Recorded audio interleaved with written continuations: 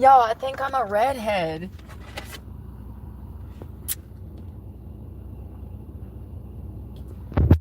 Bruh. How did I not know that? And where did it come from? Because my mama was not redheaded. Nor was my father.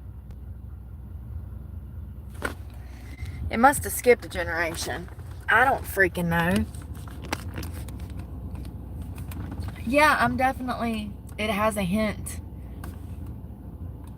I got some blonde in there. Good morning! I'm debating whether or not I'm a redhead. Because I don't know. So first of all, when I was a kid, I dyed my hair. When I was like, I don't know, 13, 14, I started dyeing my hair. And so I've had a lot of dyed hair over the years. It's only been in the past 2 years that I started living out of a car that I stopped bleaching my hair.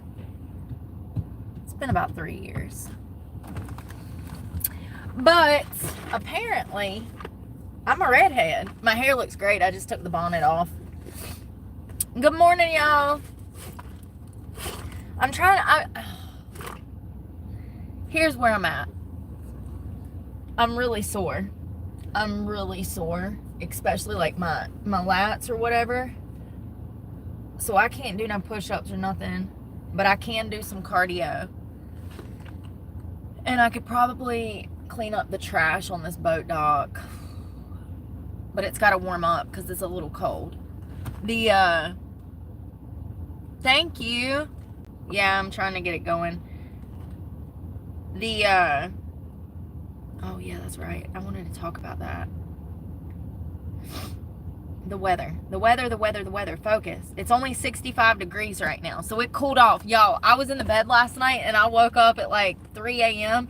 and it was freezing. But when I went to bed, it was 89 degrees. Imagine going to bed in 89 degree weather, and I had a fan, so I was fine. But imagine going to bed in 89 degree weather and waking up in 65 degree weather. I was like, what is going on? I guess it did cool it off. And it's supposed to cool it off this week, so maybe I won't have to run the truck as much. I'm having to run it right now because my phone is about to die, and that cord has to hook up. The truck has to be on for it to work. So it feels great out there. It's 65. It's supposed to get up to 72. Tomorrow will be 74. The day after that will be 77. And then Friday it's going to be 80. And Saturday and Sunday are going to be perfect, 75. So I hope that this is right, so that it'll cool it off some, because it's been so hot that I've been miserable, and I've went through a few $100s in gas. It sucks. It sucks. So we're going to just try to look presentable, because let me tell you, honey, I've been sitting here looking all rough as shit in my bonnet. Had my bonnet on. And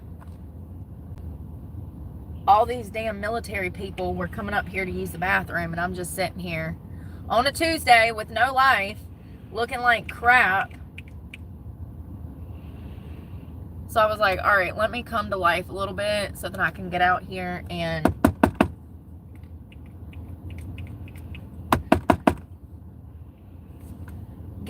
enjoy some sunshine, because it's gonna be a beautiful day. So we gotta get out. We gotta get out.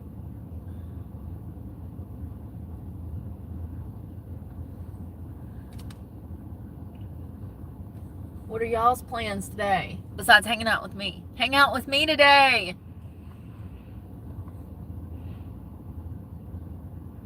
Mousy Brown, I think you're blind. Maybe. Thank you for your input. Yeah, it does have a little mousy. But then it's got blonde at the end, and it's got this hint of red. And then my skin. When did I turn into a red bone? Y'all. It's kind of pretty cool, like how, like, going back to your natural self, taking off the fake eyelashes, the fake nails, the tan. You know, it's kind of crazy how you discover yourself in your 30s from your 20s. Well, you should. I mean, if you go into your 30s wearing that shit on your eyes, you probably gonna be rolling into your 40s with that shit on your eyes.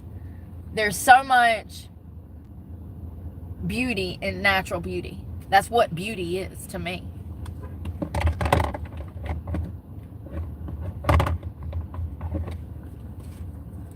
And I'm just glad that I came to a point where, like, I finally left my eyebrows alone, because I used to pluck them, you know. I finally left those alone, and I finally left everything alone, and there ain't no toilet paper. Fam, there ain't no toilet paper.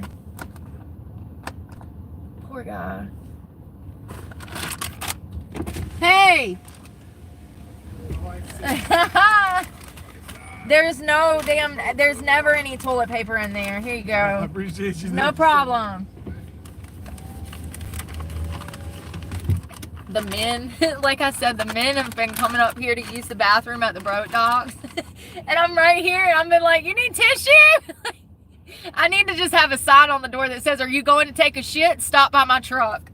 Because there's never any toilet paper, and all the men are going in there to blow up the bathroom, and they come out and they go in the women's room looking for toilet paper, and there's none in there. So I just roll the window down. I'm like, you looking for Oh, I gave him a few. He had a big hiney.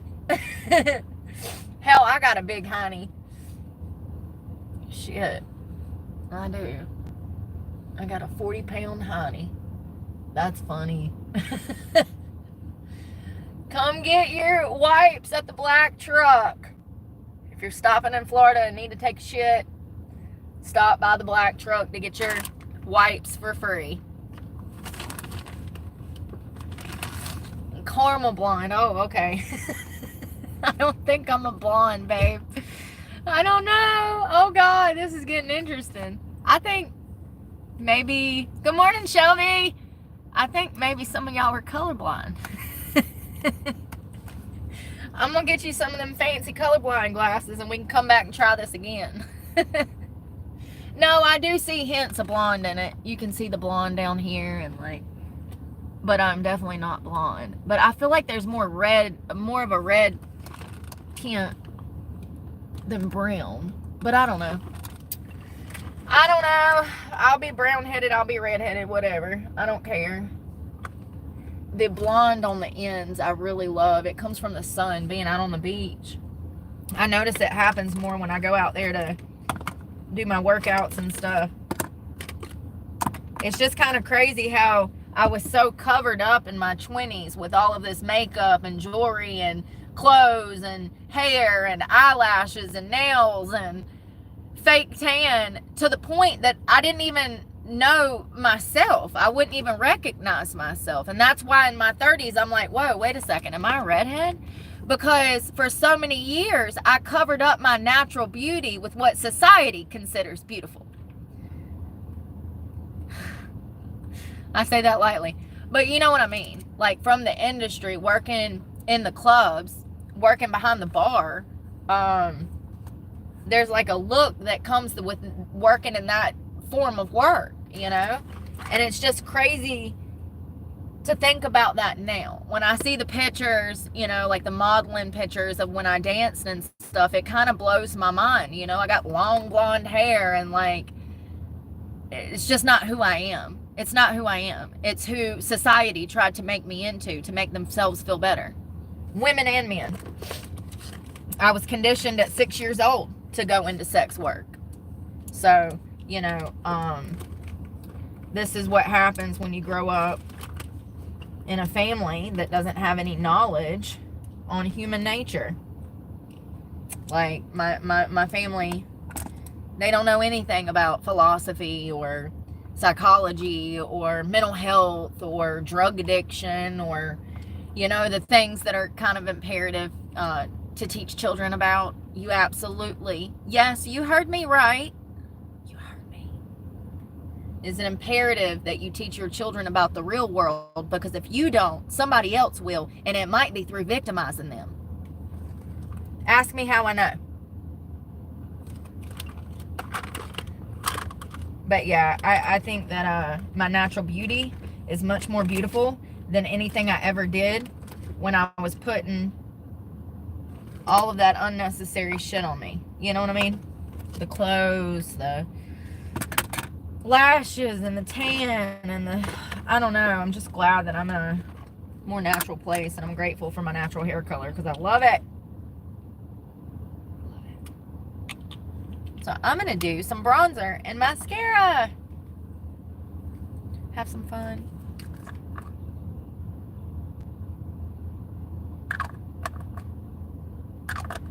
I just mix those drops with retinol. I need some more. He said, thank you. No problem, dude.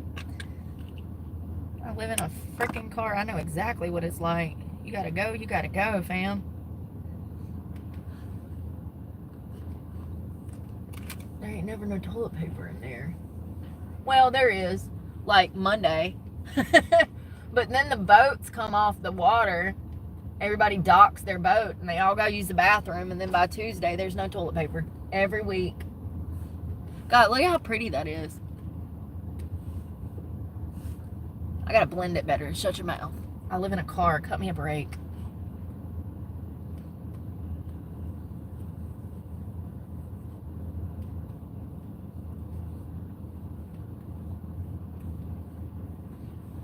I'm actually surprised that it matches my skin pretty well because my nose is peeling. Good morning, Jessica, Shelby, Miss Woods. Hello, hello. No blonde. No blonde. Come on. That's my favorite color. One day I'm going to have to go back to blonde because my hair's going white.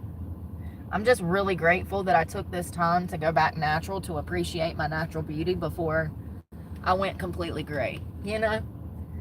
It would have been a shame if I would have never saw this luscious, beautiful color that I have here. I absolutely love it. It's just crazy to me that I never knew it was this color. Imagine being so brainwashed you don't even know your own hair color because you're not allowed to. You got to keep a certain hair color so that you can damn make more money.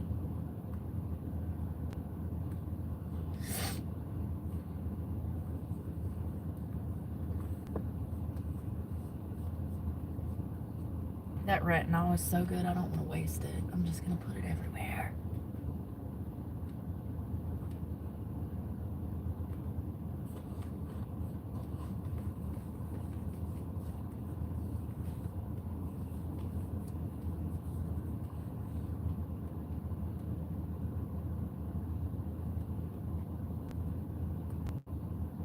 Retinol is a miracle.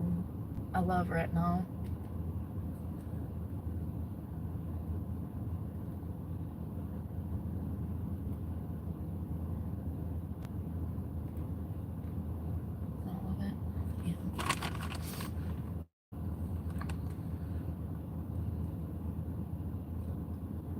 For a full bronze look today.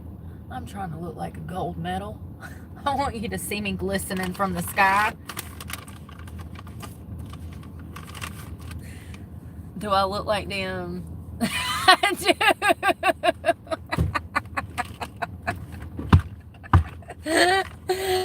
I look like them Abraham Lincoln on a penny. I look like the penny version of Abraham Lincoln.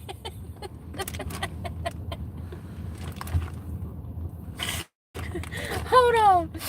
Oh, God. It's so good. I can't. I'm literally crying.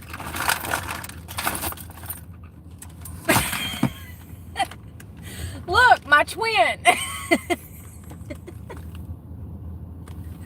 Why is it so dark on camera? I look like Abraham Lincoln on a penny. You get it? I match it. Look. Oh, God, I can't. I'm so stupid, first of all. Second of all, why does it look that dark? I look in real life. So, first of all, for those that don't know, cameras show up a different color than you see in real life. I think that iPhones, they amplify color so that it looks more distinct. In real life, my face is not this dark. So I have this problem when I do makeup for videos. This is part of the reason I stopped doing my makeup, because everything shows up a different color. This is why makeup artists are so amazing, because they know what colors to use for camera filming. I don't know if anybody's ever explained this to y'all, but it's not easy to put on makeup and film. It's very complex because it shows up as a different color on film. That's part of the reason I stopped wearing makeup, because my shit was coming up all kinds of crazy colors. I mean, it don't look that bad, does it? Facelift in a bottle. Yeah, I know it is. So exciting. Are my hips going to get me out of bed today, or am I going to fall on my face first thing? So exciting. No, this is 100%, or it's 1% of retinol, pure retinol. It's good stuff. It really works, but be careful because you might burn your face off if you use too much of it at once. I would mix it with like a lotion to start with. That was so funny. No, not the Abraham Lincoln penny look. What era of your beauty are you in? And I'm like, oh, I'm in the bronze look. They're like, bronze like a goddess. And I'm like, no, bronze like Abraham Lincoln on a penny. Ah! Oh, God. I look so bronze. But, you know, it looks good in person, so I'm going to roll with it. If you don't like my orange face, if you don't want me looking like a Oompa Loompa, then buy me a house so I can be out of the sun. Please. Love you. Good morning, Gary. How much do Abraham Lincoln do I look like? How much like Abraham Lincoln in his penny days do I look like? Lord. I'm a little orange. It's okay. We're going to take it in stride. I actually love these bronze drops, so you can't tell me shit. It looks really good in person, and you can actually see my freckles, which I love. Let's see if I can get up close enough. Oh, you can't even see them. Yeah, you can. Some of them. So I have a ton of freckles, but yeah. It doesn't cover my freckles or my natural texture up, so I like that. Alright, I'm going to do some eyebrows real quick.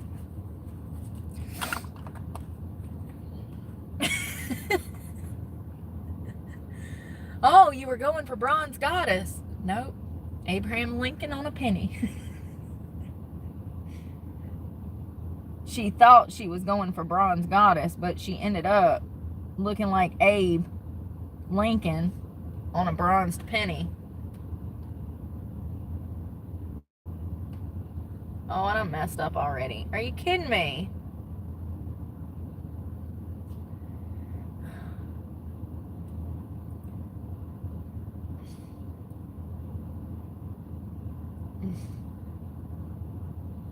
Alright, I fixed it. I like this. I've had it for a few weeks now. I think it was like $7 at Walmart. It is Maybelline. Sorry. I like it better than the other brow gel that I had last time that I ran out of. What is this? Maybelline Express Brow Fast Sculpt Mascara. I like the flat brush on the end. It's like little in one area, but then it goes flat on the other side. And you can really get in there and manipulate the brow hairs. Damn it. I keep messing up because I'm talking and I need to shut up. My mirror is dirty as hell. I can't even see out of it. See in it.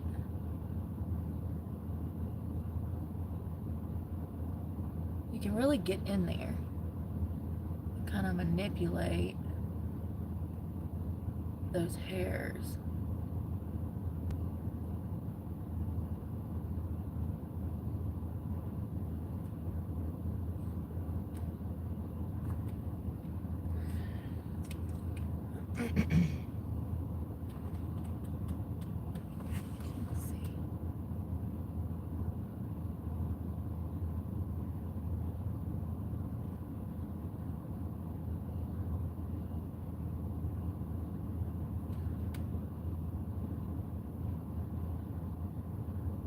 Nothing like seeing the military in your face first thing in the morning when you're sitting here in a bonnet and no bra. What a loser. I look over and there's fucking soldiers standing over there and I'm like, oh my God.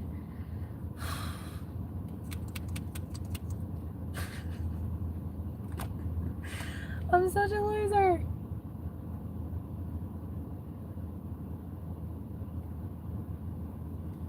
I'm like, what am I doing today? Nothing like our finest to make you get off your ass and make a decision about what you're going to do today. You know what I mean? I'm like sitting here feeling sorry for myself. Mad that I can't afford a computer for school. And then I look over and I'm like, Brooke, go do something with yourself. Thanks for the motivation. I was thinking about jumping off the Jack's bricks for breakfast. Thank you for the motivation, because I was about to end it all. Eyebrows. Alright, blushy blush.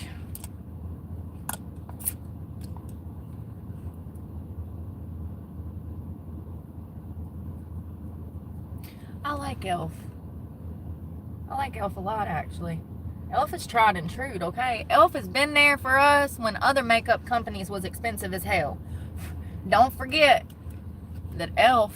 was there for us when other companies were charging us astronomical prices for makeup that was just as good. Remember? Because I do. $3. $3.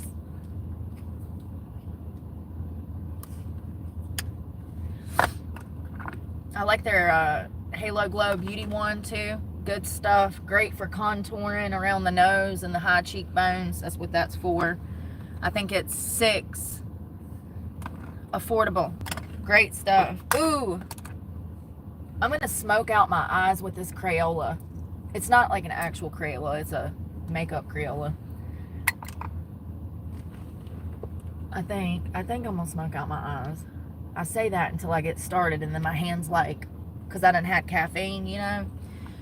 So then I turn into like a leaf shaking in the wind on a tree. It'd be perfect when I'm right here. But for some reason, when I get close to my eye, it starts going. It turns into a power drill for my eye. Like, everything's fine when we out here. But the closer that shit gets, the more my hand and brain don't commute. Y'all know how, like, I be driving down the road trying to find my lips putting on chapstick? It's the same thing. Except I'm actually looking in a mirror this time, and I still can't connect. So let's try it. I say that I'm going to smoke out this eye until I get started. Y'all been here before. Y'all already know I might start crying and throw this shit in the parking lot. Run it over with my truck and be done. I hate tedious stuff. It's really hard for me to do tedious stuff like this, so I guess it ain't bad. I want to add. This is where I mess it all up, ain't it? This is where I do it. Remember? You know? There we go. Alright, I just needed, like, to highlight a few more hairs. Usually you go back in to fix something and you mess it all up. And you're like, why did I touch that? It was perfect. Fluorescent. Good morning, Davy and Kurt. Peanut butter jelly cup. This is a LA Color shadow stick. As far as smoothness and how it goes on, it's a 10 out of 10. Y'all, my camera light ain't worth a darn. I'm so sorry. How did the makeup girlies do it? Something like that. It's a pretty iridescent. Here, let me. Brown. It's just like a 90s brown iridescent. We wore a lot of iridescents in the early 2000s and 90s. It was a very popular thing. Brown lipstick, this color. You saw women everywhere with brown lipstick. They do the whole and do the top and throw some gloss on top and call it a day. That's what we did in the 90s and early 2000s. Now this is a shadow stick for your eyes, but who's gonna know? Who's gonna know? They're not gonna know. They're not gonna know.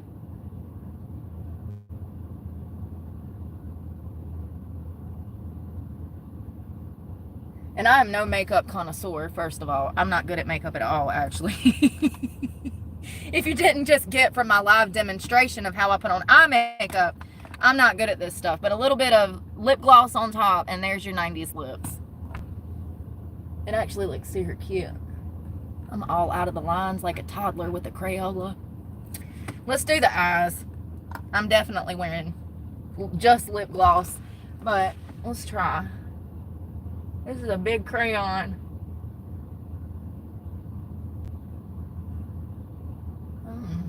This is the difficult part. You're not supposed to do what I'm about to do, but I'm going to do it anyways, because that's how I do it. I'm going to do a line on the bottom, and then somehow I'm going to bring this shit up.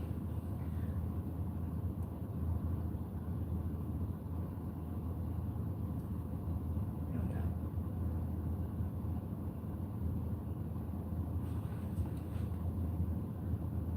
Where's that thing?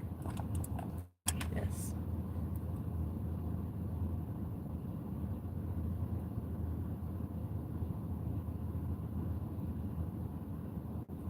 Y'all, that Better Than Sex mascara is so good. It'll bring this together really well. So I just did like a winged look. Hold on, let me get closer. I did just like a simple, so I did half the bottom and like 50% of the top. You don't want to go all the way down because it's going to make your eye look smaller, and you definitely don't want to go in the inner corner either because it's going to make your eye look small. And I actually went way too far down.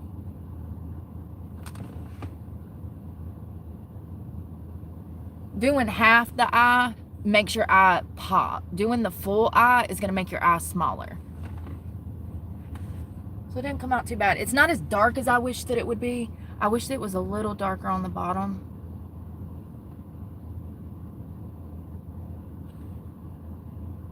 This stuff is cream, so it's probably going to make a mess later, but I am going to hit it with some setting spray.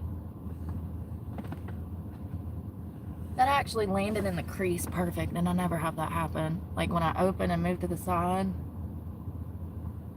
I never have that happen. I feel crazy with this lipstick on. Alright, let's try the other eye. This is usually where I mess it all up. One will be going this way and the other one will be drooping. One will be like, hello. The other one's like, see you later. Are her eyes talking to each other, or am I tripping? No, she just don't know how to put on eye makeup. Here, let me go ahead and just do this and see what it looks like. This is brown black. So it should draw it together pretty well.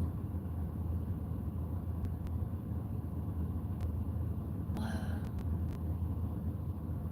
I wish somebody would tell me the science behind holding your mouth open and putting on mascara, because there's got to be something going on there. Oh no. Casualty.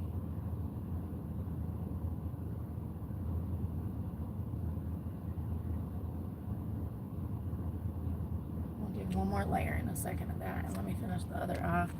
I actually like it. It's just, I know that it's going to run because it's cream. Yeah, it's actually cute. Not bad. This lipstick is killing me, y'all.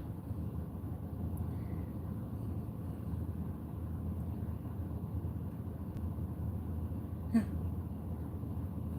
26 degrees. Yeah, it's a little hot here. I think it's like, oh no, it's not. It's 63 right now, but it's supposed to get up to 73.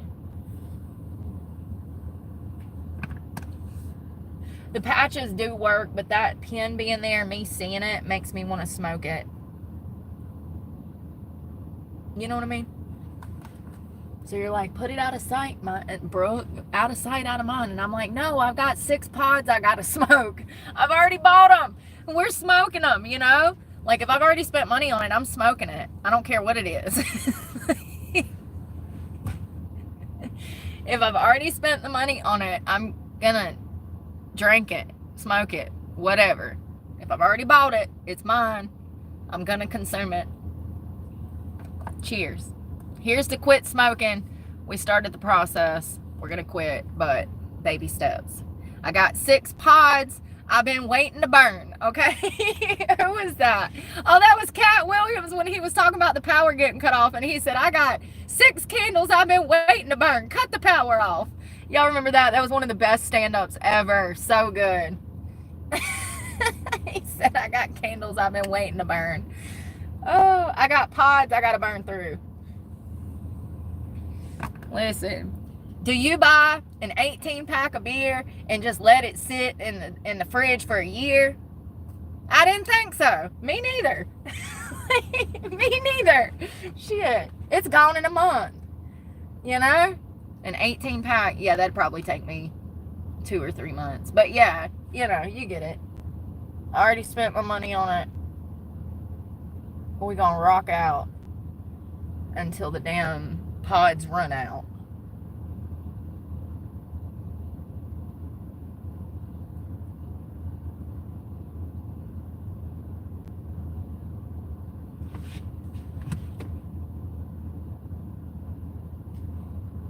So I want it thicker on the ends and then thinner, like going, I don't know how to explain this stuff, y'all.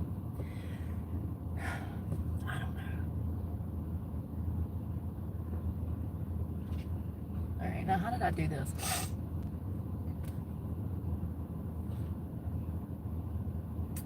I think that's how I did. Yep, that's exactly how I did it. That was smart, Brooke.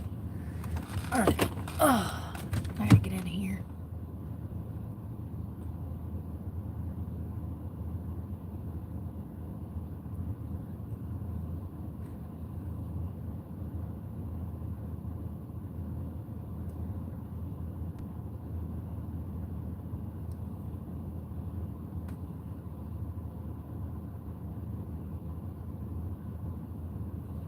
Coming out good. I need that little brush because I want to connect it.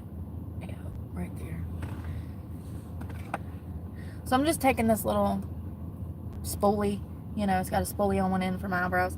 I'm just taking it and I connected the bottom to the top, which they say you're not supposed to do, and we'll clean it up in a second. But I connected the bottom to the top, and then I'm just going to use this as a spoolie to clean it all up. Put some on the brush. Bring it over a notch at the top of the lid.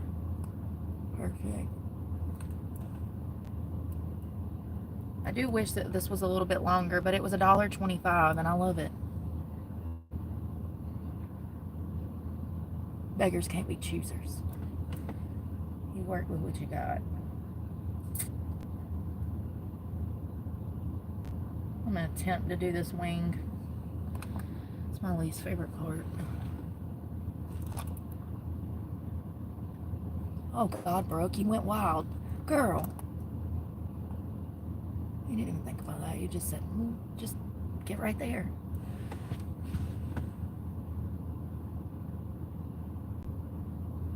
I went wild. Oh, it ain't too bad. I'm worried, but it ain't too bad. I can clean it up a little more. Sometimes wetting these brushes, if you wet them, well, it might not work in this, but sometimes wetting them and flatten them out, like if you just like pull on it hard to flatten it out and then pick up whatever you're working with and then draw your line, it's much better. Because these little brushes are little, but when you're trying to do like a winged eye look, they fluff out a lot. So sometimes wetting it and then picking your product works much better. Even this one's fluffed out and it's wet.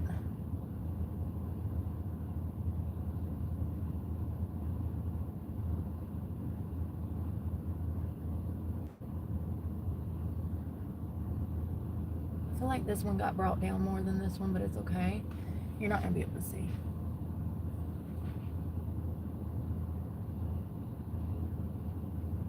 Oh, and another trick is to use your fingernail to clean it up. You can straighten up your lines with your, like you take your fingernail and you put it in a white, and then you take this and look how dirty that is right there. And I'm going to clean it up. Hold on one second. So you find your line and you just straighten it up. You just put like, you use the napkin. Here, let's see if I can do this side. And your nail to pull upwards and clean up the edge. See, it took makeup off the side. Well, you can't even see because this camera ain't worth a darn. So that works good too. And this one's a little bit longer. Damn it. Of course it is. There we go. I made that a little sharper.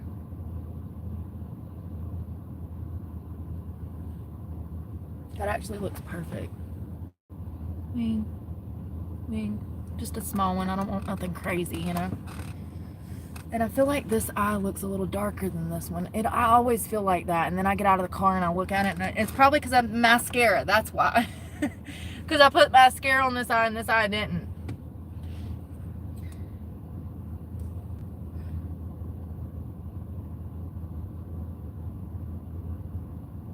And I need my other mirror for this. I can't do this. I have to get in there.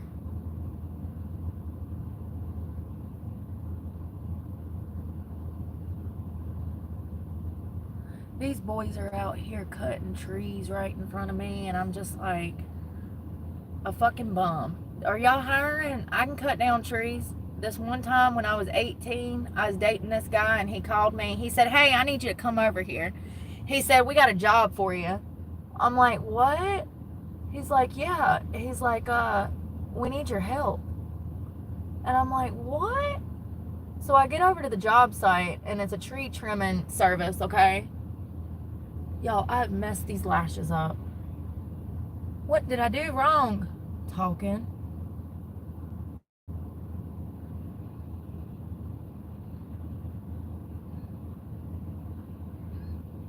Damn it, Bobby.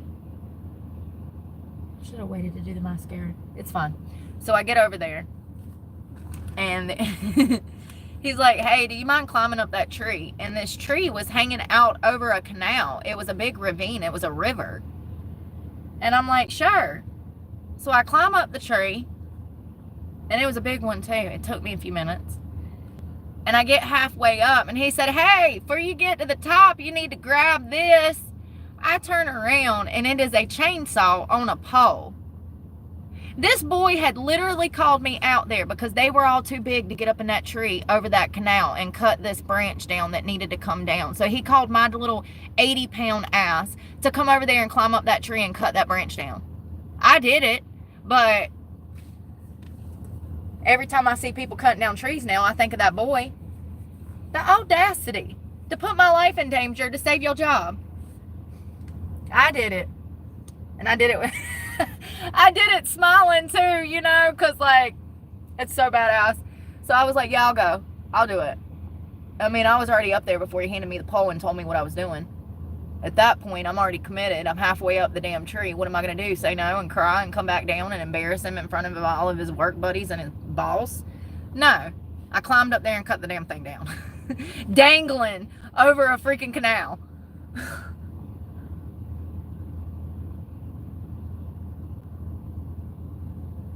Dangling over a canal. It was pretty great, now that I think about it. Pretty fun. This side, I messed up these lashes, probably from not doing things in an order. It's my punishment for not doing things like I typically do them.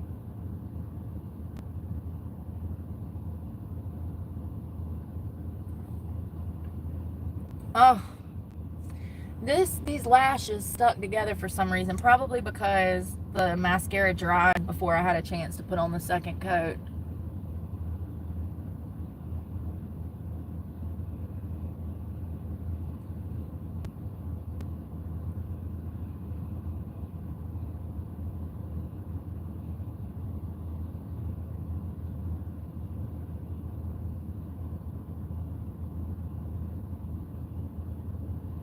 And you always think you can make it better and you just make it worse.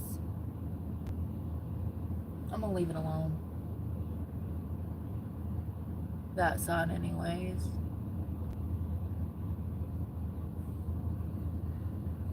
See how these are like all uniformed and perfect in a line? And these got all crazy. It's okay. You can't see it from afar. You didn't even know till I told you. You didn't even know till I told you. I think that's all I'm doing. I think that's it. It'd probably look really good with the brown lipstick, but... Ow, I'm sore.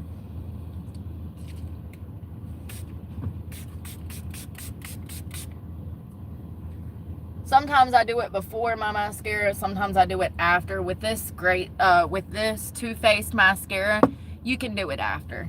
They'll still stay up. This is the great thing about this mascara. This stuff is gold. Absolute gold. I should probably buy stock in it now, since it's the only one I'm ever going to use again. At $30 a pop, I better buy stock, so I damn see a return on my self-investment for damn 60 years. Best mascara ever. Better than sex. And look at the brush on this thing.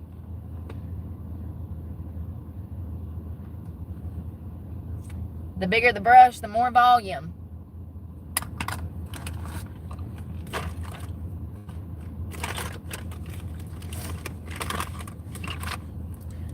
I bought this before I recently broke down and bought that. And that was a gift from somebody. I bought this, which is Maybelline's Sky High Mascara. This was one of the worst experiences of my life. Not only is it painful, but it's complete trash.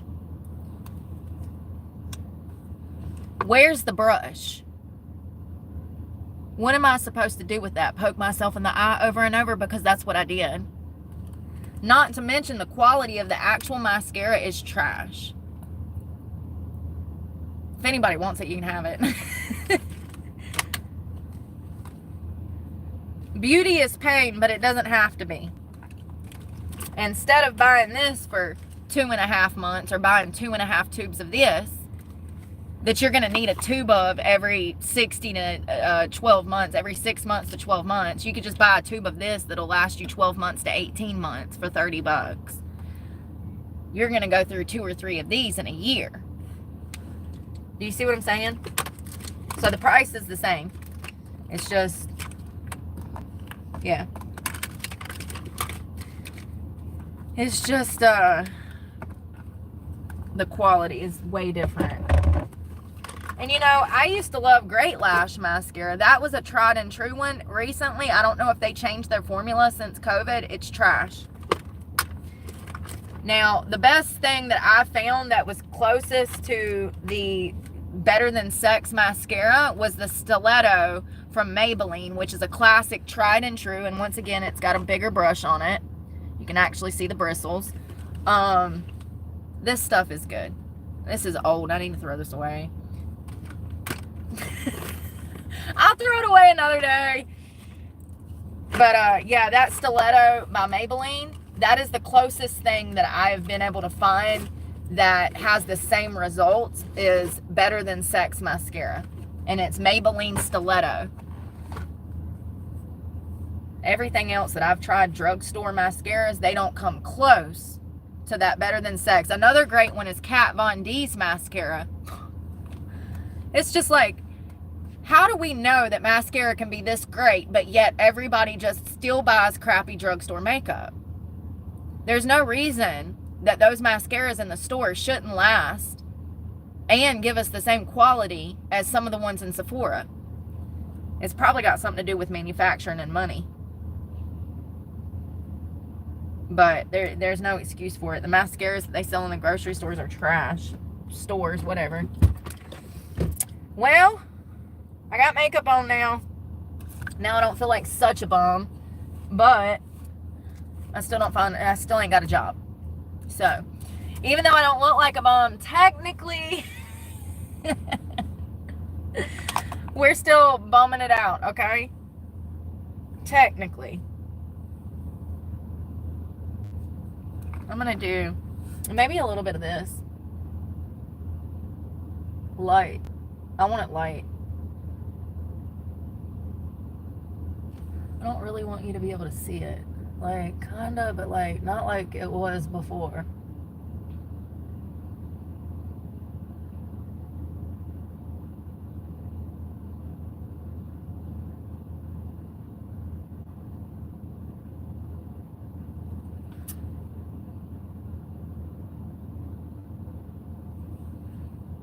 It's a little calmer, you know, it's not like so loud. And I know this Carmax is going to turn into damn liquid on my lips, so I need something else. Oh, where's that? Yes! The Maybelline lip plump stuff. Well, this one isn't the plumping stuff, but yeah. It doesn't have the chilies in it.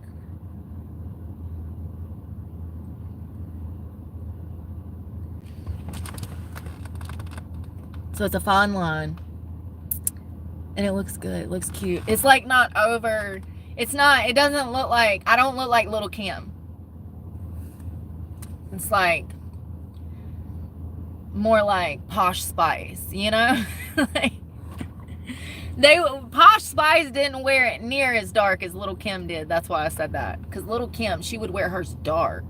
Well, probably because she has darker skin. But like, this is me digging my hole. Color theory. The lack there of knowledge of it. Me digging my hole. You know what I mean. You know what I mean. Is it, Kelly? It's the crystal. I like it too. It's a beautiful brown iridescent. It's got like some flip-flop in it. Y'all. My phone's not a regular phone. It's a broken phone. Yeah, it's called Crystal, and I love these Maybelline lip glosses. This is an actual dupe for the Dior. This is a dupe for the Dior lip oils. This is just as good. I've had both. I used to live on the Dior lip oils and the Fenty Beauty lip oils, and this is absolutely a knockoff. If you wanted to ever try Fenty or the Dior lip oils, try this from Walmart. It's $8. They have tons of colors. I would recommend the Taffy and the Crystal. Taffy is it's like a dark burgundy color that comes up like a light sheer pink on the lips. It's gorgeous. It's called Taffy. And then Crystal is the brown one, which reminds me of Fenty Beauty. Does it not look like a Fenty Beauty? Petal. I'll have to look for that one. Petal. Is that a pink color? Thank you. 05. Yeah, this is 010. I'll have to look into that. Huh. They have a lot of colors. They had their chili infused line come out. I ain't tried that. I don't, listen, I work out and I live out of a car, so I'm dehydrated, you know, a little bit here and there. I already have dry lips. I don't know how the chili oil would interact with my dry, crusty lips. You know what I mean? I'm trying to plump them, not make an ER visit because I done got some kind of infection on my lips from chilies. I got bad luck. I don't know what could happen. I just know I got bad luck. So we're just not even going to try it.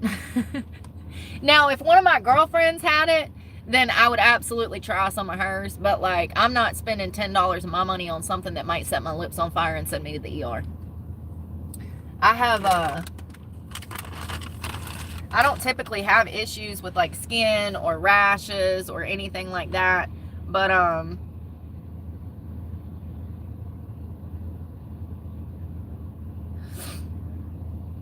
sorry, these guys are cutting shit down and I'm wondering if I'm in the way. They're probably also looking through my car wondering why I live out of my car. It's 3 of the guys that work at the marina. They're cutting down branches. Let's go to the beach since they're doing work. It's right here around the corner. I mean, this is the beach, but this is the boat dock and they're working, so I'm going to let them.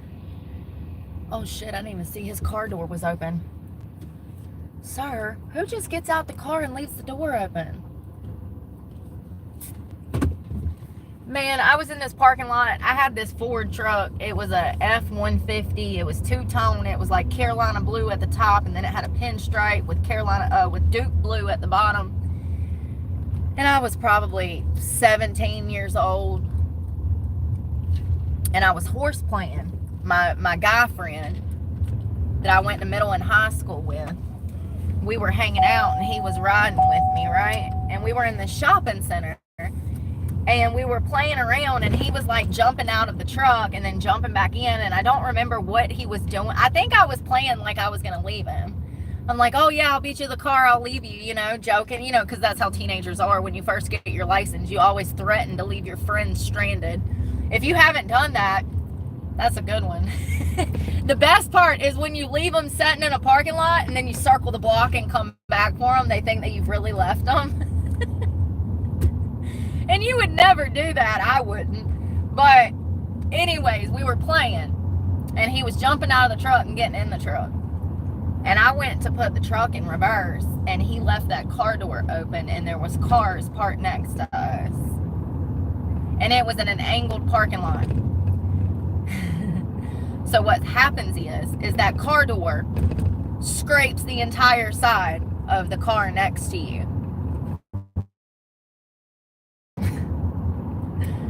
What the fuck? Yeah, what an idiot. I was like, why did you leave the door open? I was so mad. I mean, I guess it was my fault because I backed up, but I didn't understand physics back then because I was a 17-year-old kid goofing off with my best friend in the parking lot. You know what I mean? You know what I mean? 0 years of experience behind the wheel. Literally 6 months. Yeah, it took out the whole side of a car. Shit happens. And this is why you don't buy kids new cars. This is exactly why you hand them an old rusty Ford and you say, go have fun. Like, go have fun with your friends. When you total that one, maybe the next one will be a little bit nicer. Because it's not when, it's not if, it's just a matter of when are they going to get in an accident. It happens. Even if they just run off the road into a damn ditch, it's going to happen. Even if they back into a parked car in a damn tenanted parking lot, it's going to happen. It's irresponsible as a parent to put them in a Mercedes for it to happen, but what do I know? What do I know? Or a Mustang so they can go kill themselves. You see a lot of that down here. I seen some kid in a damn, what was that thing? Oh, a Corvette the other day. And you know what he was doing? Whipping around over the bridge, doing double the speed limit at 60 over there, and I know he was doing 120.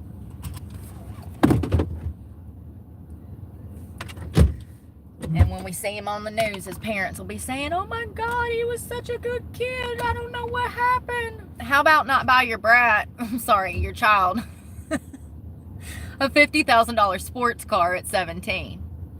What's the worst that could happen? Oh, like he survived? Like he lived to see tomorrow and buy his own damn Corvette one day? You know what I mean? I just think that, it's irresponsible as a parent. Sure, you can have a car. Did you find one for like less than $1,000 somewhere on the internet, son? I don't know. Can you even get a car for less than $1,000 anymore? I don't know. Back in my day, my first car was a Ford Escort hatchback. It was $300. It was a white car with a yellow door and a yellow bumper and a red door. And the rest of the car was white. And it was $300. And I had that car for almost a year before it broke down. And I could fill it up for like $25 and go for like 2 weeks all over town. I mean, we could just, you need a ride? You need a ride? Like, I could just give everybody a ride, you know, because gas was so cheap. Yeah. $300. I miss those days. It was literally just like 2004. It's been 20 years. 20 years, that's it. I bet you can't even find a car for... I don't know what's going on with this, but I have done something. Hey, I fixed it. Oh, maybe not. I might have made it worse. But, you know, beggars can't be choosers, and they shouldn't have put that damn knob there anyways.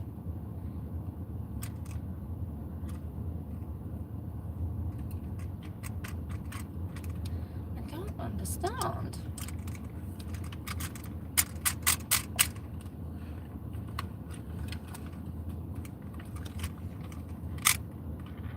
Why did they put that fucking knob there? Sorry, I'm sorry. How can I get that shit out? Ow. Oh my God, something's under my nail. This is why you ain't got no ligaments in your neck. When I put you in your car seat and your head's like this, This is why you ain't got no ligaments. Girl, we got to see a doctor. How do we grow some ligaments? Ayo, Siri. Can I add ligaments to this girl's neck? Listen, don't you be shaking your head at me. I know you ain't going to be able to help it, but your neck is broke. My neighbors gave me a Sunbeam Minx when I was 10. My first Mustang cost $100. That's wild. Look. Girl, you're broken. Jump ring, you need to tighten it. How do I tighten it? Lord, I just want to throw this thing out the window. Can I get you to do it for me? Can I drive it to you and you tighten it for me? Because I don't want to. I don't want to. Sure. Thank you, Careless Whisper. Oh, that's funny. Got in a car crash 3 times trying to get her license. Oh my God. That is crazy. I wonder what they said. Is that just, I mean, are they mad? Were they mad? Like, did they, were they petty about it? Were they like, you crazy girl? You done failed 2 driving tests, and then the 3rd one, you literally crashed into the building? Like, were they mad? Me too. I love a Mustang. What do you even say as the instructor? I know what my instructor would have said, because he was rough. I graduated high school at 16 because I was in the Department of Corrections. Long story, but I spent 2 years in juvie from 14 to 16. And when I graduated through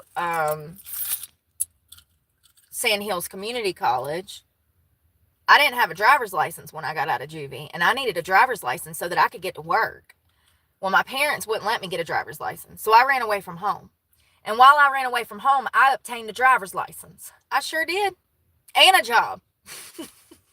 Swear to God. There's a record of all of this. I'll show you newspaper articles, videos. I was on the news. I was in the newspaper. I'll show you guys this all one day. So it takes money to make money. So I ran away from home. My parents wouldn't let me get a license. My stepdad was sexually abusing me. So I left. I went to work and I went missing. I worked at Sonic. My mama dropped me off at work. And then I was like, hey, cuzzo, you gonna swing through and pick me up? I'm ready. And I left work. They thought that I'd been kidnapped from Sonic, which is really sad to think about now. I feel bad for that, putting my mother specifically through that stress, thinking that somebody had yoked me from work. I was opening the store. So they come in, the managers come in looking for the store opener, and the store opener is not there. I am missing.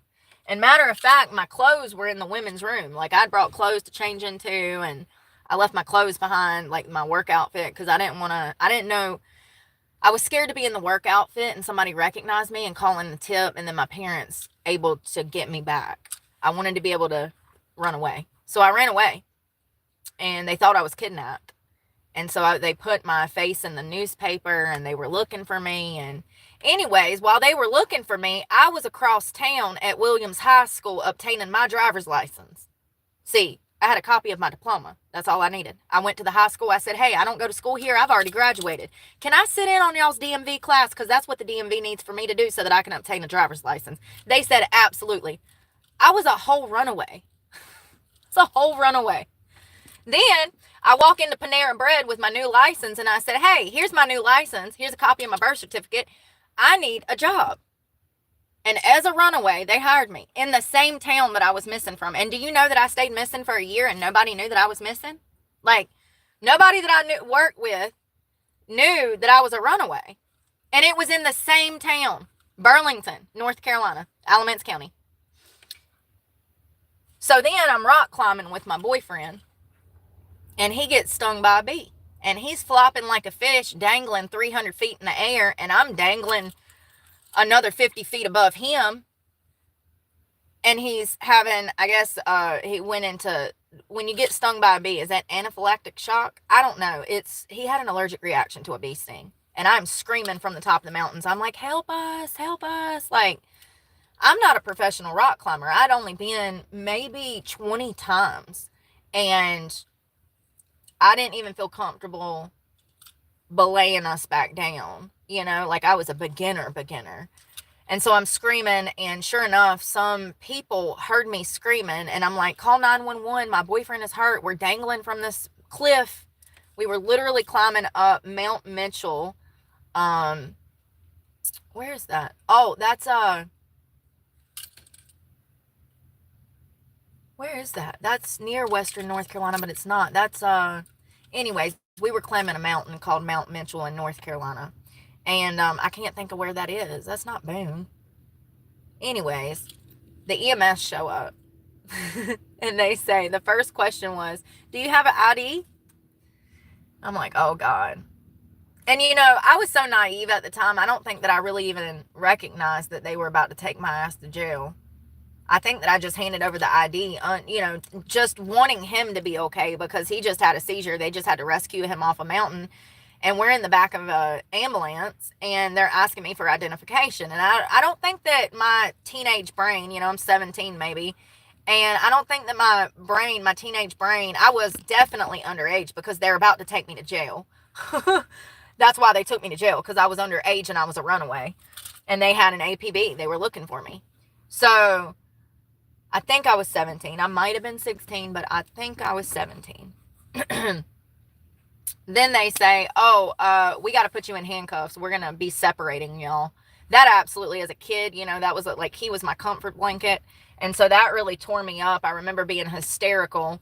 And, I'd already served 2 years in juvie at this point, but I had never been to a women's prison, which is where they took me to. They took me to a women's jail. And they were all so nice in there. They're like, what are you in for? I'm like, I'm a runaway. And they're like, girl, you got to stop doing that. Your parents love you. And I'm like, yeah, well, my dad's a child molester. And they're like, oh, well, that changes shit.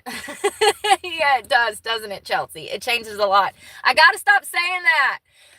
It changes. You know why I say that? Because of Chelsea Clinton. Remember back in the day, that was a whole thing. So yeah, anyways, yeah, I don't know. It was, he lived, he was fine.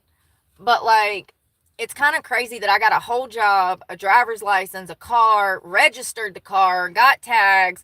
I did all of that as a 16-year-old runaway. And that's exactly why my parents didn't want to let me go, because they knew that I was going to damn do something. You know what I mean? Like, they knew that I was ready, but they didn't want to let me go. Hell, you didn't even raise me. Why do you want me as a teenager when you didn't even raise me as a child?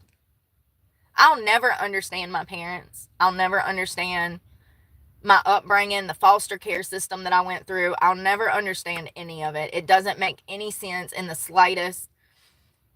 In the slightest. I don't know what anybody was doing back then in social services, and I still don't. But I am a byproduct of the foster system, DSS, and the Department of Corrections, So to throw a 14-year-old child in jail for 2 years, I mean, it's kind of crazy, given the context of the situation as to why I was thrown in jail. Context is everything. Just like, Austin Metcalf. Context is everything, and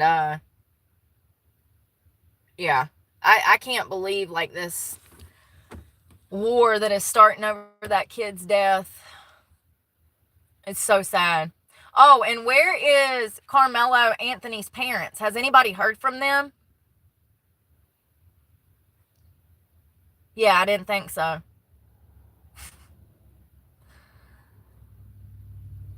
I didn't think so. His mother was contacted for comment, and she said she had no comment. You have no comment. You ain't got nothing to say about your 14-year-old, 17-year-old son being in jail for murder right now. You ain't got nothing to say. Maybe, just maybe, that's why he's sitting in jail for murder right now, because you ain't never had nothing to say. Call me crazy, but this is not about race. It's about what's right and wrong, and how some people in this country feel that if somebody does something to them, then they are entitled to just murder somebody, which is absolutely preposterous. But that's how they feel. And, I blame the media for a lot of this, because the media has twisted the reports as to what events actually took place at this sporting event. First, they say it was a track meet. Then they say that Austin plays football. He doesn't even play track. Well, then that leaves the general public with so many unanswered questions, because then why is Austin at this track meet? Was he there to instigate a fight with Carmelo? Absolutely not. They were both there for track. There's, then there was the whole, oh, well, did Carmelo Anthony get physically assaulted by Austin Metcalf before the stabbing? Did he touch his book bag, or did he actually physically touch Carmelo? All of these questions we still don't have answers to, because the media misconstrues things and they play telephone with our knowledge, okay? And they don't know how to report the media properly.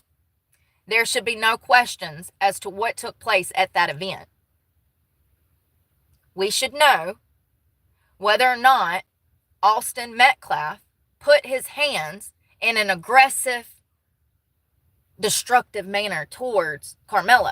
If that never happened, then this is not justified anyways, and it won't be because of the context of the case. The context of the case is that they are at a track meet. They are at a sporting event where no weapons are allowed on school property. Context, okay? The rest that follows only matters in that context. So to start with, he should have never had a knife on school property, so he is in the wrong. If anyone has dirty hands, it's Carmelo Anthony. Regardless of what Austin Metcalf did, I've heard so many rumors, and I don't believe half of them. I've heard that Austin was a bully and he bullied this kid. Not true. I've heard that Austin showed up at this event just to start a fight with Carmelo. Not true. I've heard so much disinformation, and I wholeheartedly blame the media for twisting things around and playing telephone with little bits of information and lying, because that's what they do. They lie. They do. They lie. It's crazy to me. The context is that these kids, keyword kids, were at a sporting event, and they should have went home that night. Both of them. Neither one of them went home. One went to jail and one died. In his brother's arms, mind you. Ugh, chill bumps. In his brother's arms. Twins have a connection that most of us will never experience. We won't unless you have a twin. They have a connection. That was his best friend, and he died in his brother's arms after getting stabbed in the heart over something so stupid. This is my seat. What are we, playing musical chairs? The whole incident is stupid. But it's very clear that Carmelo Anthony had no grounds for self-defense. Self-defense is only self-defense when there is immediate danger. There was no immediate danger. This was a high school track meet. There was no danger. But there might have been premeditation. Let me tell you. What kid needs a knife at a track meet? So who was looking for beef here? Was it Austin or Carmelo? Because from the evidence, it shows that Carmelo was looking for beef. This is not a self-defense case.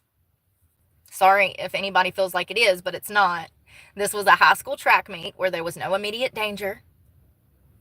And even if Austin would have punched this kid in the face, it would still not be grounds for self-defense because Austin did not have a weapon. See, immediate danger would be he's coming at him with a weapon. Simply touching his book bag or even touching his shoulder does not qualify as self-defense under the law. It doesn't. Self-defense comes in play when someone is coming at you and there is immediate instant danger. They are coming at you with a machete. They are coming at you with a closed fist to punch you in the face. And every state's different. I'm in Florida, thank God. So you come at me with a closed fist, I have the grounds to whoop your ass. You come at me with a knife and I have grounds to stab you. I can't believe that people don't understand what self-defense is. Because that's really what this is about. People are trying to say that Carmelo Anthony had the right to defend himself. Oh, sorry, that's not exactly how the law works. And if you think I'm joking, then hold on one second. We were about to get out of the car. We're about to get out of the car. Sorry. This is interesting to me. So the law states self-defense. Let's talk about what the law states and what's factual. Self-defense is using force or violence to protect oneself or a third person from imminent harm. Imminent. In other words, the victim reasonably believes that they are in immediate danger of imminent death, bodily injury, or serious bodily harm. Carmelo can't claim self-defense because there was no harm or immediate danger. Bullying, if you want to believe that lie, if you think that he was getting bullied, that is not sufficient grounds to stab someone in the heart. It's not. It's very clear to me that this kid was looking for beef. He had probably been wanting to stab somebody for a while, and he would have never took a knife to a track meet and started some stuff if he wasn't looking for beef. It's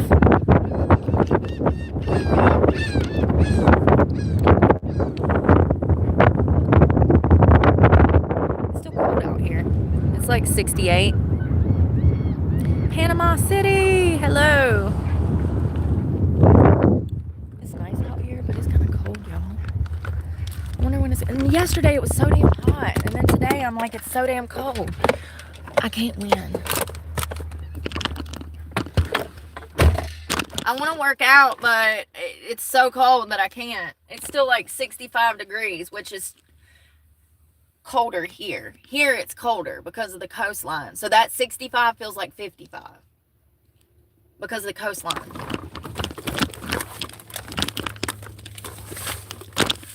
Let's see what's going on in the world. Now it's hot in here. So it's 65 out there and like 80 in here. Y'all hear that? Oh, I see them. Why is it always the littlest dogs with the biggest mouth? They so yappy, like Chihuahuas and Jack Russells. They are just crybabies. Crybabies. So cute, but still crybabies.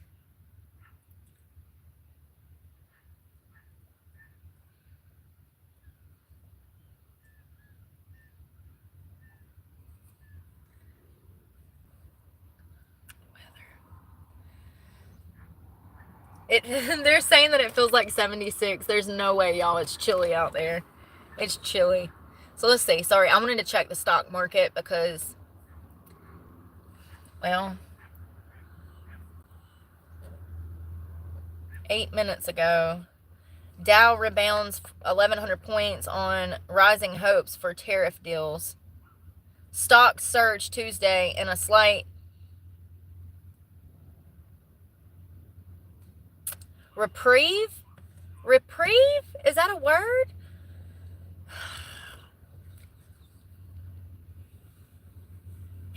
Reprieve from the turf market turmoil on rising hopes that the U.S. would reach trade deals or lower its duties over time.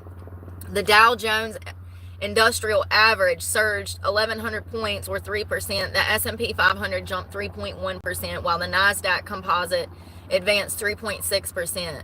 But who is this? This is CNBC. But I saw a different chart and it was fluctuating, and they're talking about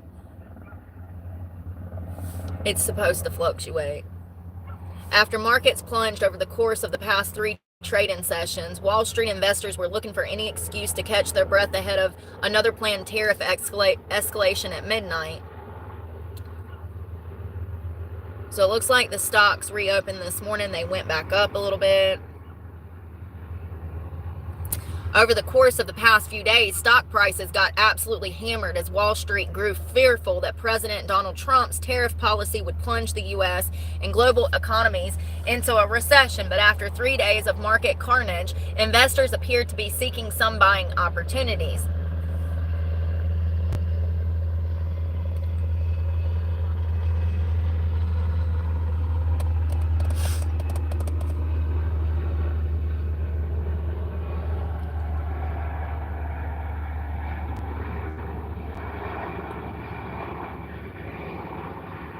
He ain't never going to back down. He is not going to pause these. Why do they keep thinking that he might, like, change his mind? He's not going to change his mind. People like us don't change our mind. You can't just coax us. You know, you can't just smooth it over and think that we'll change our mind. No, absolutely not. That's one of the things that I love about him and people like Jordan Peterson is once it's said, it's set in stone. That's what we fucking mean. And we ain't gonna change our minds.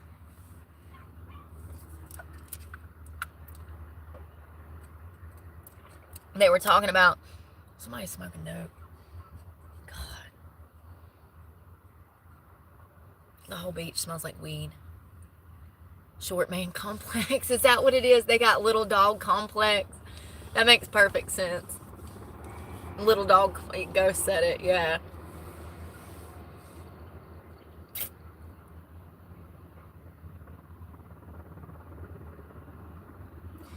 The escalating trade war between the two largest economies is turning into a high-stakes game of chicken.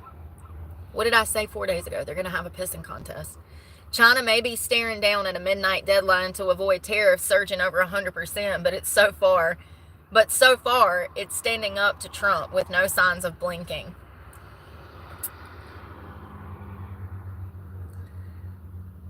Let's see here.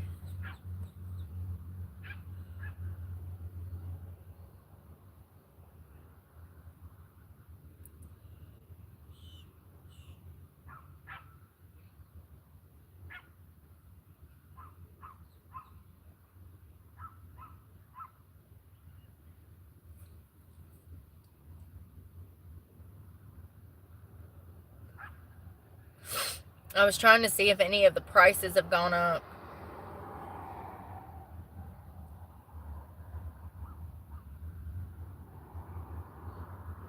I'm not seeing anything.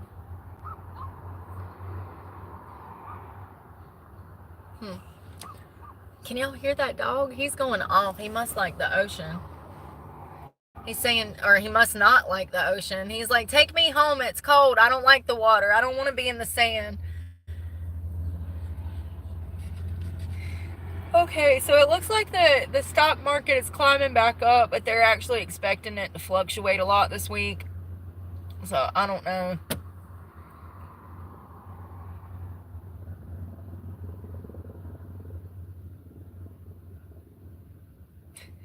The Treasury Secretary, Bessent?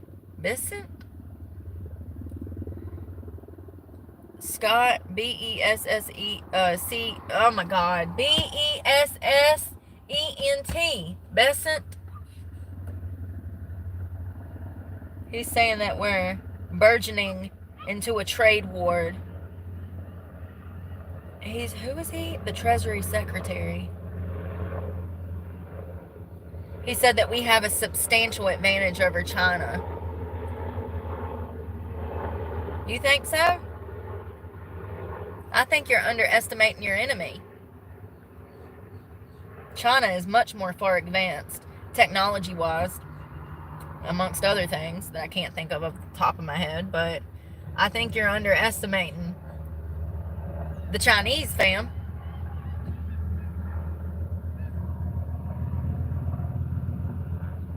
This is our number one enemy. Well, you think Iran, well, yeah, it's one of them. But this is our most powerful enemy by far. You think Putin's more Russian? I don't know. I think China has more power than Putin. What do you think? I don't know.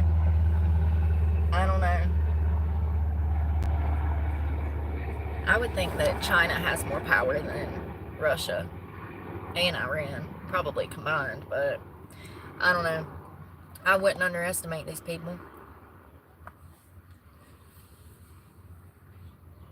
And clearly, they're playing hardball because they hit us with a 34% tax, and then Trump hit them with a 50% tax last night. So, things are just progressing. Everybody's up in the ante, you know. We're playing damn poker with no money. We're playing poker with no money. Oh, God. That is a perfect analogy for what we have going on. We are playing poker with no money. We have no chips. We are broke. With a capital B, like me.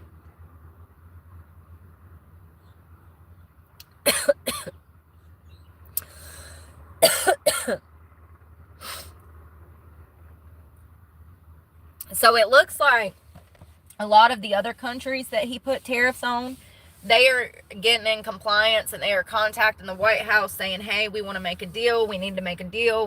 Let's make a trade deal, whatever, blah, blah, blah, blah. It sounds like there's over 70 countries that he hit with tax. Most of the countries have jumped on board and said, yes, let's negotiate a plan that's, better for both countries. But it seems like certain countries like China are refusing to have these discussions. And so it's amplifying things, He said, oh, we're going to tax you. And then China said, oh, we'll tax you back. And then he said, oh, well, we'll do a 50% tax on you. So China is the main one that is playing hardball. Most of the other countries are in compliance with meeting with our president to make out a new plan for the items that we need to trade and import export. You know what I mean? It says 70 countries. 70 countries have reached out to the White House to begin talks. China has vowed that it will fight to the end and has imposed a 34% tariff on U.S. products. In return, President Donald Trump said that he will slap an additional 50% charge on Chinese imports if the tariff is not withdrawn. The U.S. in 2024 ran a nearly $300 billion trade deficit with China, which is about 1/3 of the entire imbalance. So we do a lot. Billions, $300 billion with China just in 24. We bring a lot of money to their economy. Half of our jobs they have now because we sent them overseas for cheaper labor, cheaper manufacturing. This is what got us into this position, by the way. And now we're fighting to get our products from people that we gave our jobs to. How about we just not send our damn jobs overseas?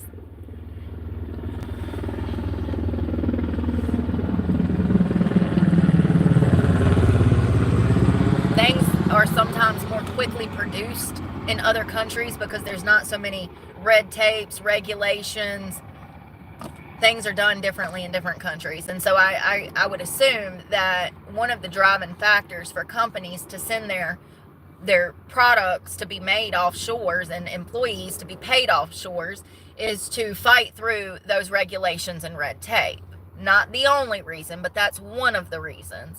And that's why we see shit fall apart after you wash it 2 or 3 times, because it came from damn Vietnam or China, and it's cheaply made, mass production, quickly made at cheap labor. We need to bring our jobs back here, and we need to focus on quality over quantity.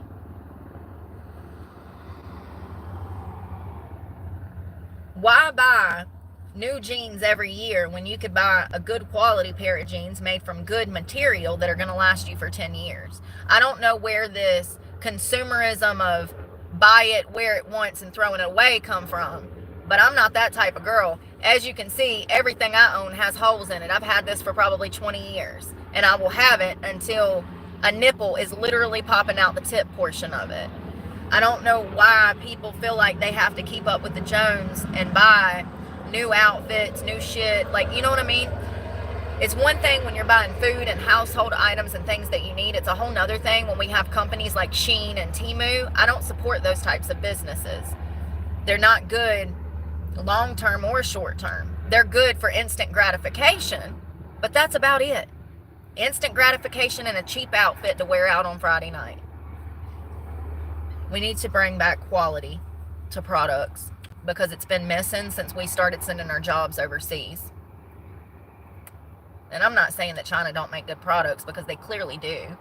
And they are way ahead of us when it comes to technology. But clothing and food medicine, things like that that are extremely important. There needs to be a focus on quality and not so much quantity.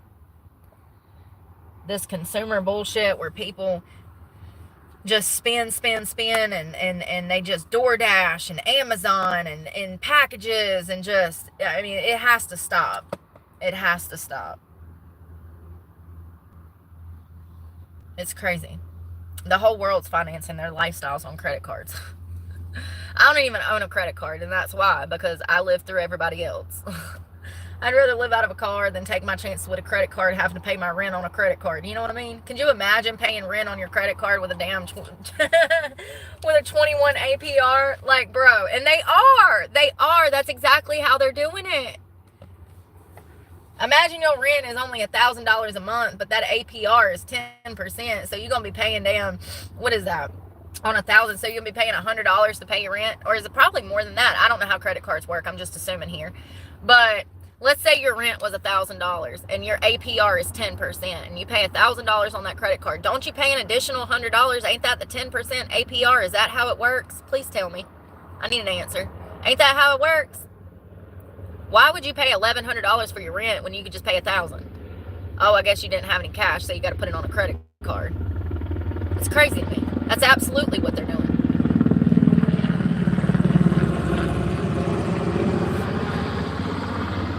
Ain't that how it works? Does anybody know? I know all you motherfuckers got credit cards. Don't one of y'all know how your credit card works? That's probably why we in debt. I'm joking. Come on, tell me. Is that how it works, though? If your rent, don't they tack on 10% of whatever the purchase item was, is my point. Thank you. Thank you. I know y'all, one of y'all got a credit card. At least one of y'all. Y'all ain't all burying your money in the ground like me. Yeah, that's exactly how it works. So, like, why would you want to pay an additional 10 to 20% tax on something? Because you don't need it. You ain't got the money for it, so you just put it on a credit card. You think it's free money until you can't damn get a house 6 years later. You're like, shit, what do you mean I owe Bath and Body Works $200? What do you mean you can't finance me for a home? They're like, well, back in 1996, it looks like you went to Bath and Body Works and took out a credit card. You never paid that off. Now you don't get a home. So sorry, so sad. So exciting. Oh, God. Good morning. I was just making sure. This is why I got y'all, because I need y'all to, I need y'all to teach me something, all the time. Please do. But for real, I just want to make sure that I had my facts right. Imagine doing that on rent. Imagine paying your rent on a credit card.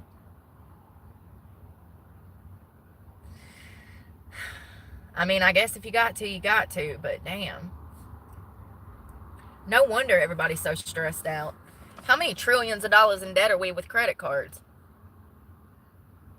How much credit card debt exists in the West?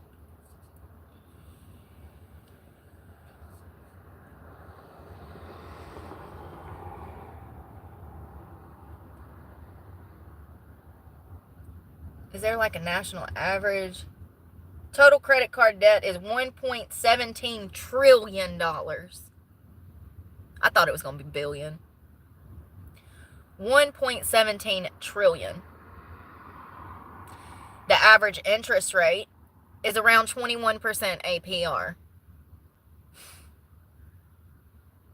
Which means that you're going to be paying a fourth almost of every item. So if you buy $100 worth of groceries, you're going to be paying $121 approximately. Which is crazy. Did I do that right? If you buy $100 worth of groceries. I ain't never been to school.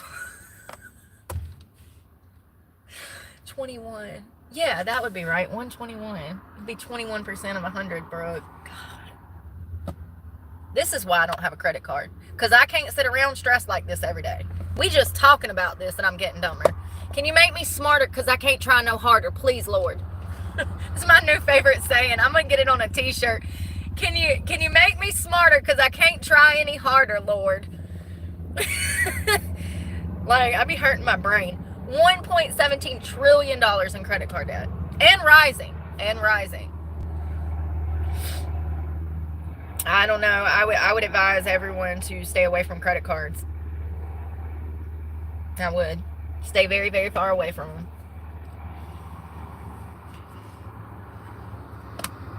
If you want to build credit,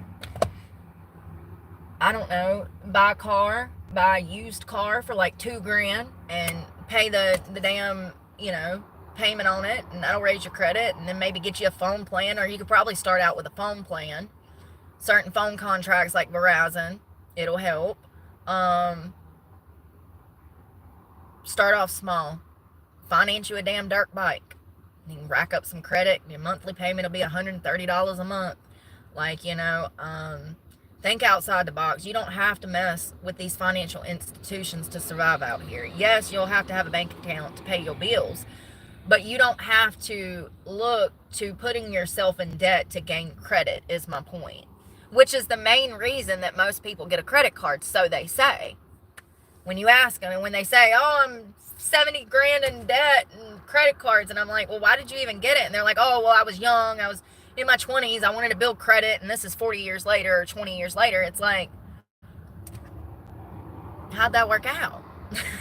Well, my credit is shot because I can't pay off my credit cards because I'm so far in debt. I went over the limit, and I got them maxed out 6 of them, and yeah, it can help you, but it can absolutely harm you even more.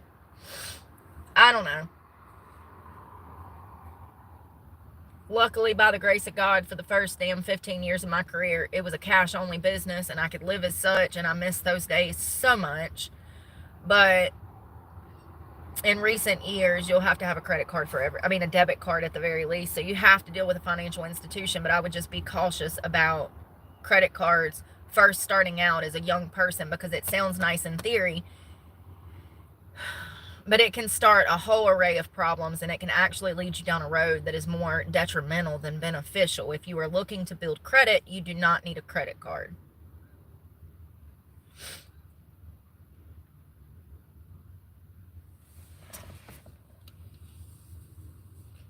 Oh God, I didn't even know that Lori Doomsday Mom Daybell was in court. What is she representing herself on? Is this a damn joke?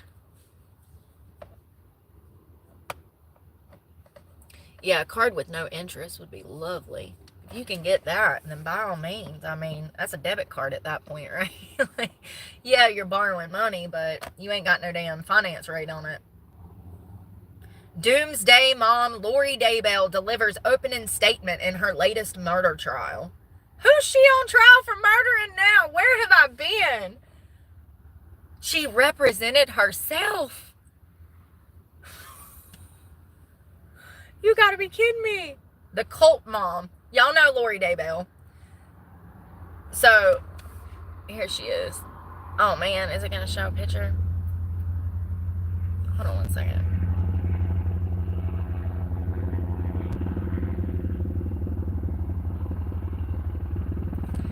Lori Daybell Vallow. Wasn't that her name? Yes. So this is Lori. Y'all know her. She went viral like 3 years ago. She murdered her 2 children.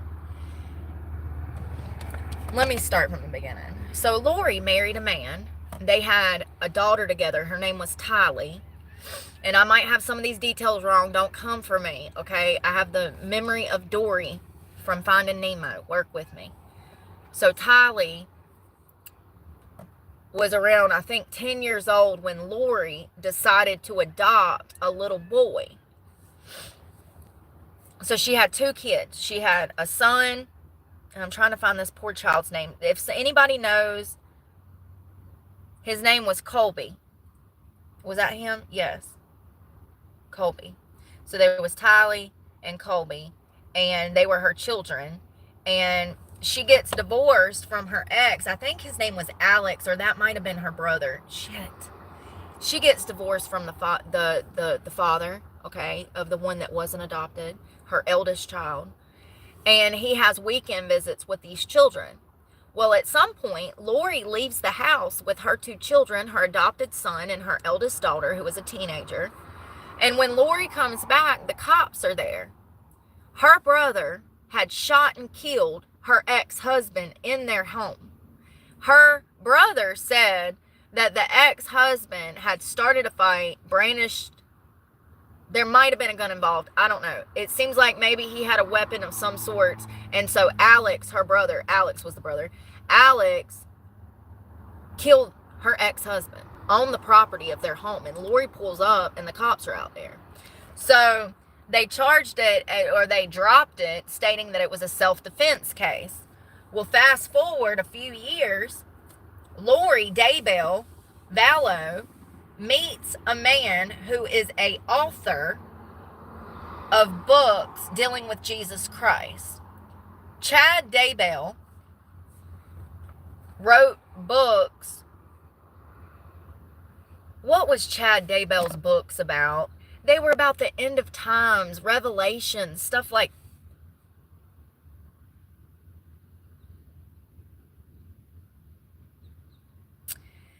They were about, he was considered a religious extremist. He would say that the world was going to end, that people were zombies, and that their souls were eaten by Satan, and that he just had all of this really right-wing, crazy conspiracy theories, okay?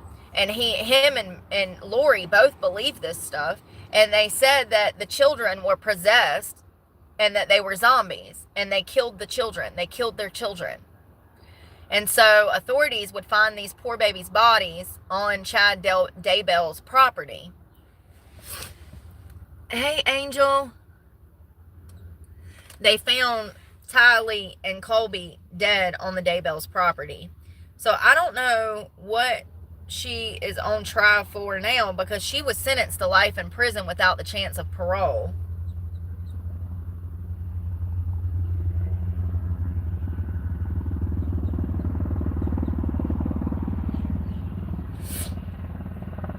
So this is because she was conspiring to kill her fourth husband. The 51-year-old is charged with first-degree murder in connection with the killing of her estranged husband, Charles Vallow, who was fatally shot by her brother in July of 2019 during a confrontation at her home in Arizona. Her brother, Alex Cox, told police that he shot his brother-in-law in self-defense.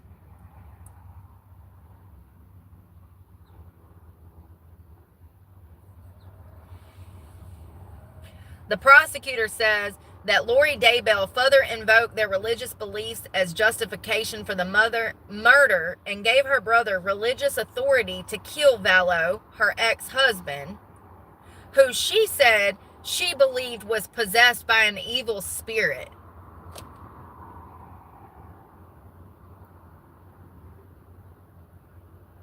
You think you're having a bad day? I think Charles had it worse, okay? He's dead.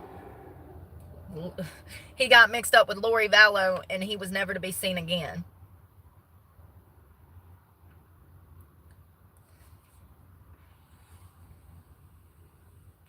They're saying that insurance money was the motive.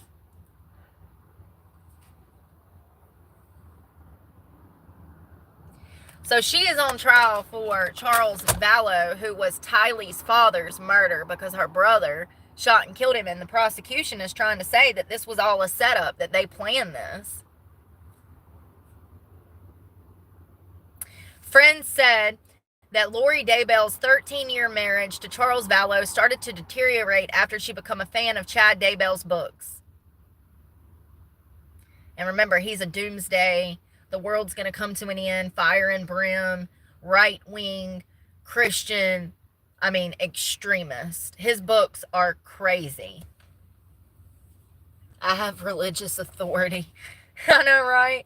I swear to God, if any guy ever looked at me and said that, I'd be like, oh, really? Really? I know, no. I think you misunderstood what God said, because the last time I checked, I had religious authority to whoop your ass. No. No. Is that what they told you? Bless your heart. Is that what they told you? And this was Valo's nephew, who she had adopted. So the boy was one of her family members that she had adopted, her nephew, maybe her sister's kid or brother's kid, somebody's kid. So the prosecutor is saying that Alex Cox, who was Lori Daybell's brother, who shot and killed Charles Valo. This woman been married so many times I can't keep up. Sorry, that's all her last names. They're saying that they staged the home to make it look like Valo attacked him with a baseball bat. It was a baseball bat. I knew it. I said a gun at first, but then I changed it to a baseball bat. They said that Alex Cox made mistakes. Those included leaving the bat on the right side of Valo, who was left-handed, instead of his left. And there was a lack of physical evidence to show that Cox was hit with the bat before firing the gun at Charles Valo. So Alex said that Charles Valo came at him with a baseball bat, and so he fired a gun. And, we'll really never know what happened, because guess what? Alex is dead now too, so Alex can't even tell us what happened. Yes, everyone that was in this woman's vicinity ended up dead. Her children, her ex-husband, her brother. Everybody that was in her closest vicinity ended up dead.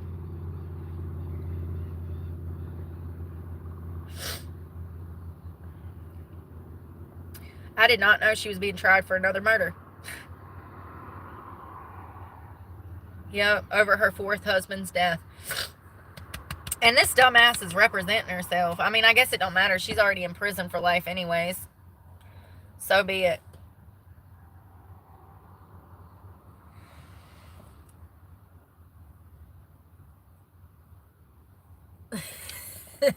Plays the religious authority card. Get real serious and whip out my Bible, and I'll be like, oh, really? Is that what God told you? Throw my Bible up on the damn table where we're having dinner. Really? Is that what God said? Let me see. Let me look into that. Let me look into that since we're here on this dinner date. I just am. Really? God said you had authority over me? Let's look into that. Oh, look, I'm glad it's facing you. Here, find it for me. Like, really? A religious authority. What in a gentle parenting has happened to this country? Oh, Lord. Ain't that funny? Ugh. Yeah. No, I definitely carry my Bible to me on dinner dates. 100%. That's all I'm bringing. I'm only bringing the Bible to my dinner date, and maybe a credit card, or a debit card. Debit card, not a credit card, but I'm taking my Bible and my wallet. He'd be like, what's the Bible for? At the end of the date. And I'm like, oh, I was just worried that you were going to have some kind of like religious authority over me. So I had to bring the Bible to tell you that you didn't have none.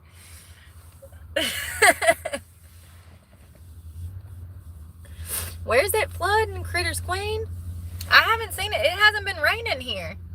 It hasn't. I mean, it rained. It drizzled last night for like 30 minutes. That's the first time it's rained in over a week. I know that the Midwest, a bunch of people have passed away. They got hit by hurricanes all up there.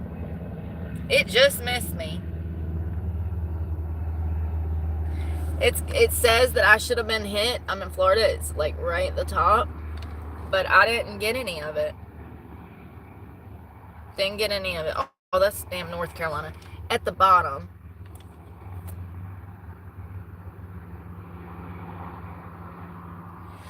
I know that, I think I read like 13 people died in the tornadoes. Imagine just laying in your bed in Miami and South. Yeah, they needed rain. They were on fire just a week ago. 2 weeks ago. They need rain. Bad. I mean, they probably got so much at once that it flooded everything. The roads in Florida are non-existent when it rains sometimes. You got to be careful out here. It gets very dangerous when it rains really fast.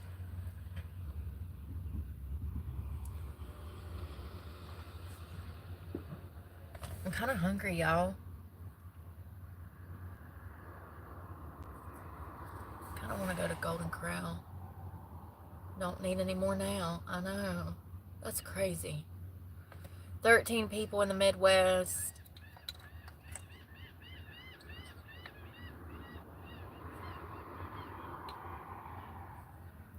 Damn it.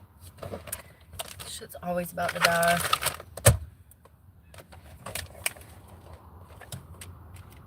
I'm trying to take a rest day today so that I gotta meet with a personal trainer later this week, and I don't want to be sore. So I'm trying to, like, take a rest day so that I don't overdo it. Like, and when I go to the gym, I feel good to do my PT session. Hello?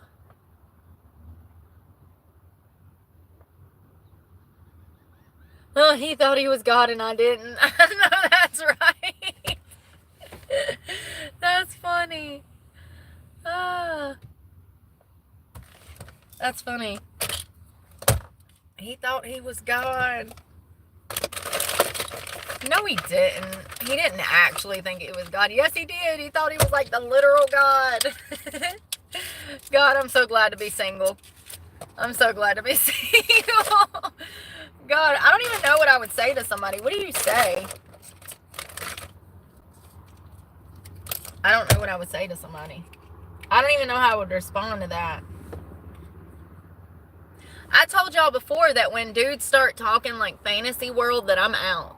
Y'all ever met somebody and like things are going great, but then they hit you with the, oh, and I'm Wiccan, I do spells every Saturday night. And you're like, what? Hold on, what? What did you just say? And he's like, oh yeah, I believe in dragons. You know they're real, right? Like they just hatched some dragons. And I'm like, you went to MIT? You did. Like, you know what I mean? Have y'all experienced that in the dating world? They hit you, like everything's great, and then they hit you with some fantasy shit that is preposterous. Has anybody else noticed that the upcoming generation is living in a fantasy world? They think they're cats and dogs, first of all. So if let me just remind you of what I'm talking about here. It's crazy. They'll say something crazy. They'll hit you with the, oh, I believe in fairies. And it's like, what? Like, you're a grown-ass adult with a career, and like, what? Has anybody else experienced that? Because I have. Mainly guys, I would see experiencing that. Y'all going on dates with girls, and they got their crystals at the table praying over dinner with their crystals. Like, what is going on out here? That is not normal. That screams trauma. Let me tell you why. Because only someone who is not, like, processed society can't grasp society. And we see that in a lot in people who were victims of childhood abuse. They never grow up. So, I don't know, man. It's weird to me how so many people live in a fantasy world out here and believe in things that are not real. It's just crazy to me. And I've been in some dating situations where I went on a few dates with somebody, and then they hit me with, oh yeah, I do black magic. And I'm like, what? I know I'm not the only one that has dated somebody and they've hit you with something weird. I literally did talk to one guy, and he said he was pagan and he does magic. And I'm like, what? Like, he went to a prestigious college. He owned a home. Like,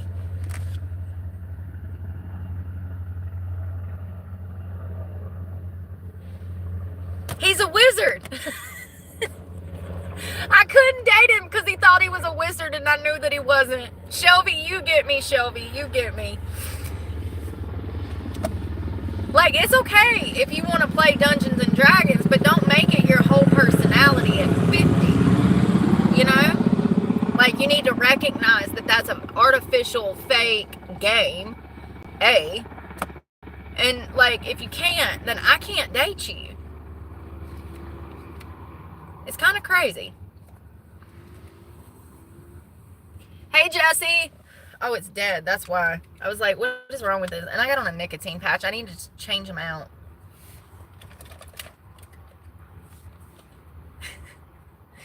I do white magic. You're sitting there like, and they're like, oh, no, don't worry. It's not black magic. like one is better than the other. Girl, you're still dealing with the occult. What am I missing? What are you missing? It doesn't matter if you do white magic or black magic. You're still peddling in the devil's playground. So there's no differentiation there. Magic is part of the occult, whether it's black or white. It's still Satan's work. So many witches that I see think that their souls are going to be saved because they're practicing white magic. No. It doesn't work like that. God is very clear. God is very clear in his word. So that is the occult. That is Satan. That is made to make it supposed horoscopes, tarot, anything dealing with the occult, and all of that is the occult. Let me be clear. As a Christian, you are not supposed to be looking at your horoscope. That is part of the occult. God is clear in his word. So many Christians think that they can, so many people think that they can practice white magic and they're doing good or their souls are going to be saved. It doesn't work like that, because God does not want you messing with the occult. He makes it very clear that we are to have no other gods other than him. And when you are worshiping crystals, when you are worshiping your horoscope and tarot cards, you are not worshiping the Lord. You are actually worshiping Satan. That is the evils of the world. Those are the temptations that we are supposed to stay away from. So I find it humorous when I meet girls that claim that they're white witches for Jesus. It's like, girl, you have been brainwashed, but not for Jesus. You've been brainwashed by Satan. God makes it perfectly clear what he wants us to do, how he wants us to walk in his light. And going back this morning, walking in the light of the Lord does not mean that you are supposed to allow other people to disrespect you. That's not walking in the light of the world. Lord. Sorry. Damn it, I keep forgetting to charge this. Sorry. I was looking for the cord like 5 minutes ago and I forgot because I was talking about Jesus. Jesus, the only man we need to talk about today. Jesus.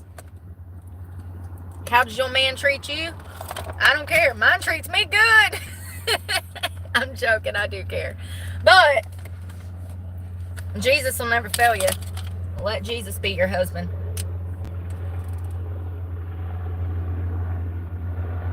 And men, you just gonna have to allow Jesus to be your father, because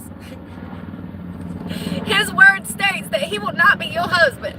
It's not allowed. Not allowed. Let Jesus be your brother.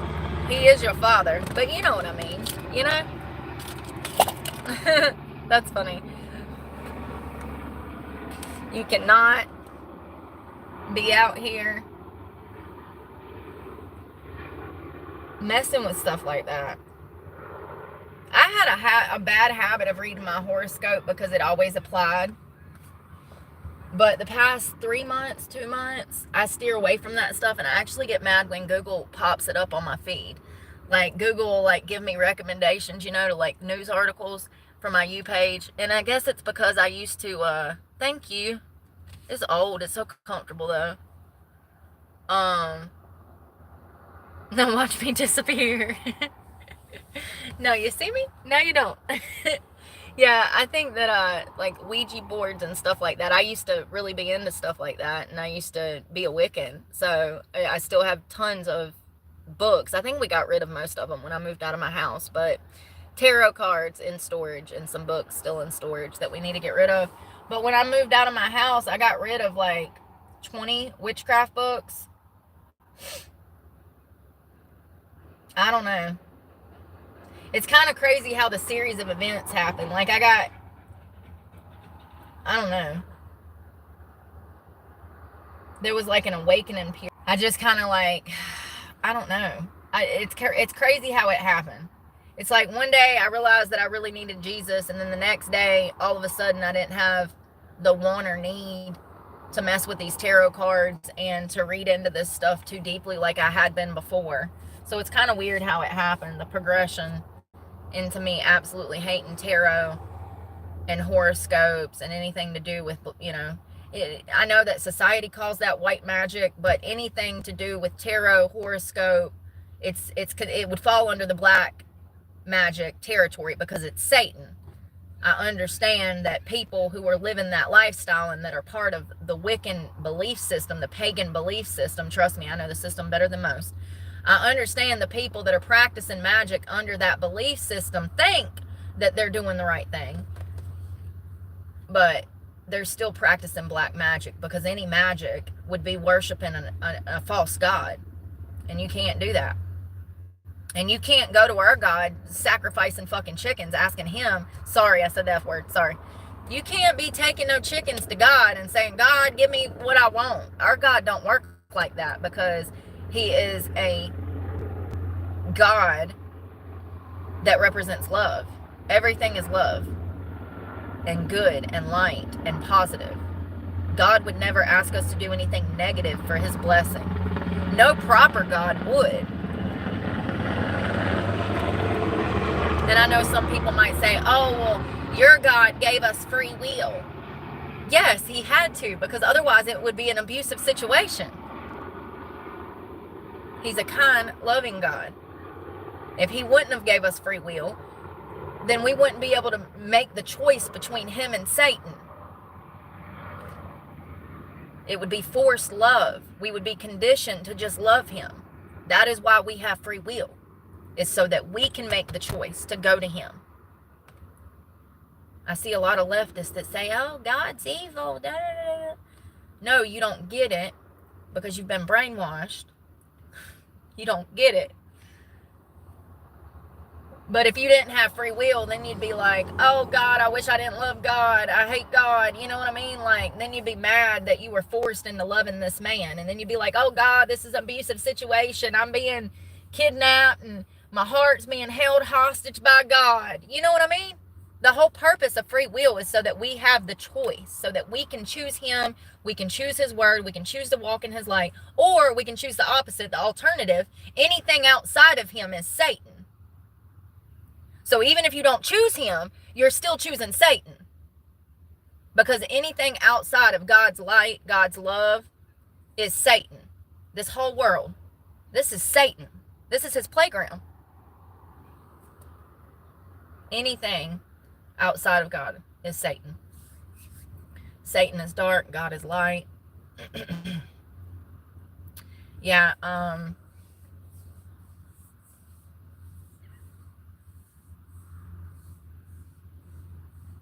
mean, I understand why people would get angry at God for putting them here and putting them in this position, because I get there too. I'm like, why did you do this to me?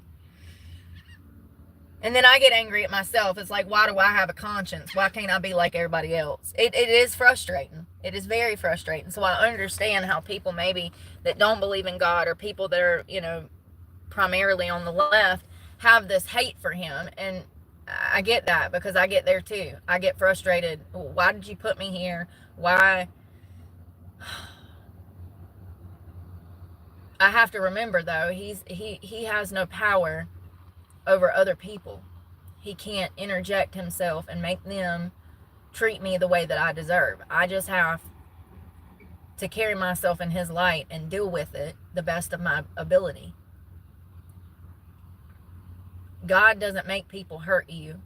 People hurt you because they want to, or because, lack of intelligence usually. But that has nothing to do with God. That's free will that hurts you. That's human nature. That's people. That's not God. It does suck that we're trapped here. I think that's the hardest part for me, is to be in such a fucked up world and want to do all of this good and not be able to, because society won't allow me to, because it would make them look bad. I mean, that's sad. It's sad to be in a world surrounded by evil and want to do such good things, and society prevent you from doing that. I often wonder why he would put me in this position, but I don't think he put me here. I think that it was the luck of the draw. I was born to parents, my circumstances, my upbringing, it is what it is. It's just human nature. It's free will taking part in humanity, you know? It's free will. My parents had a choice. Raise me the right way or fuck me up as much as possible. They fucked me up as much as possible, and that was a choice. So that's free will. I can't be mad at God because he allowed me to be born to two people who shouldn't have been having kids.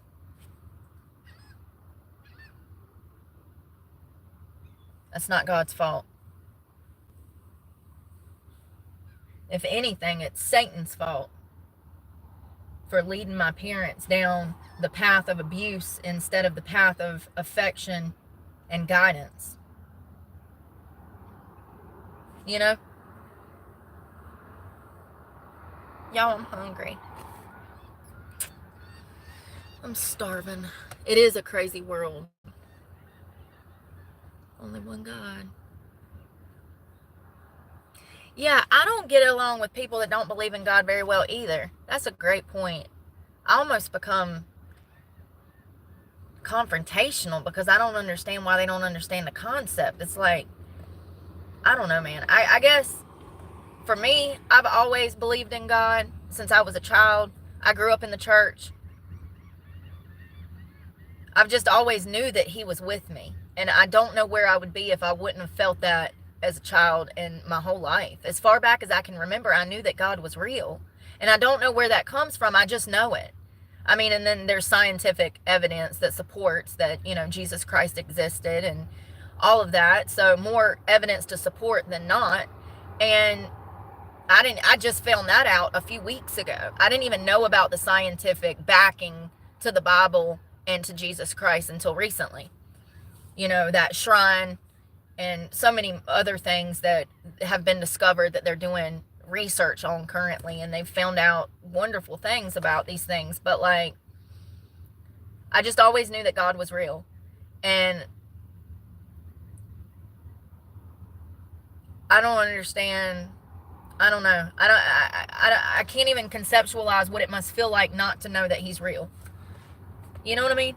Because he's gotten me through everything. So I just feel bad for people that don't know him.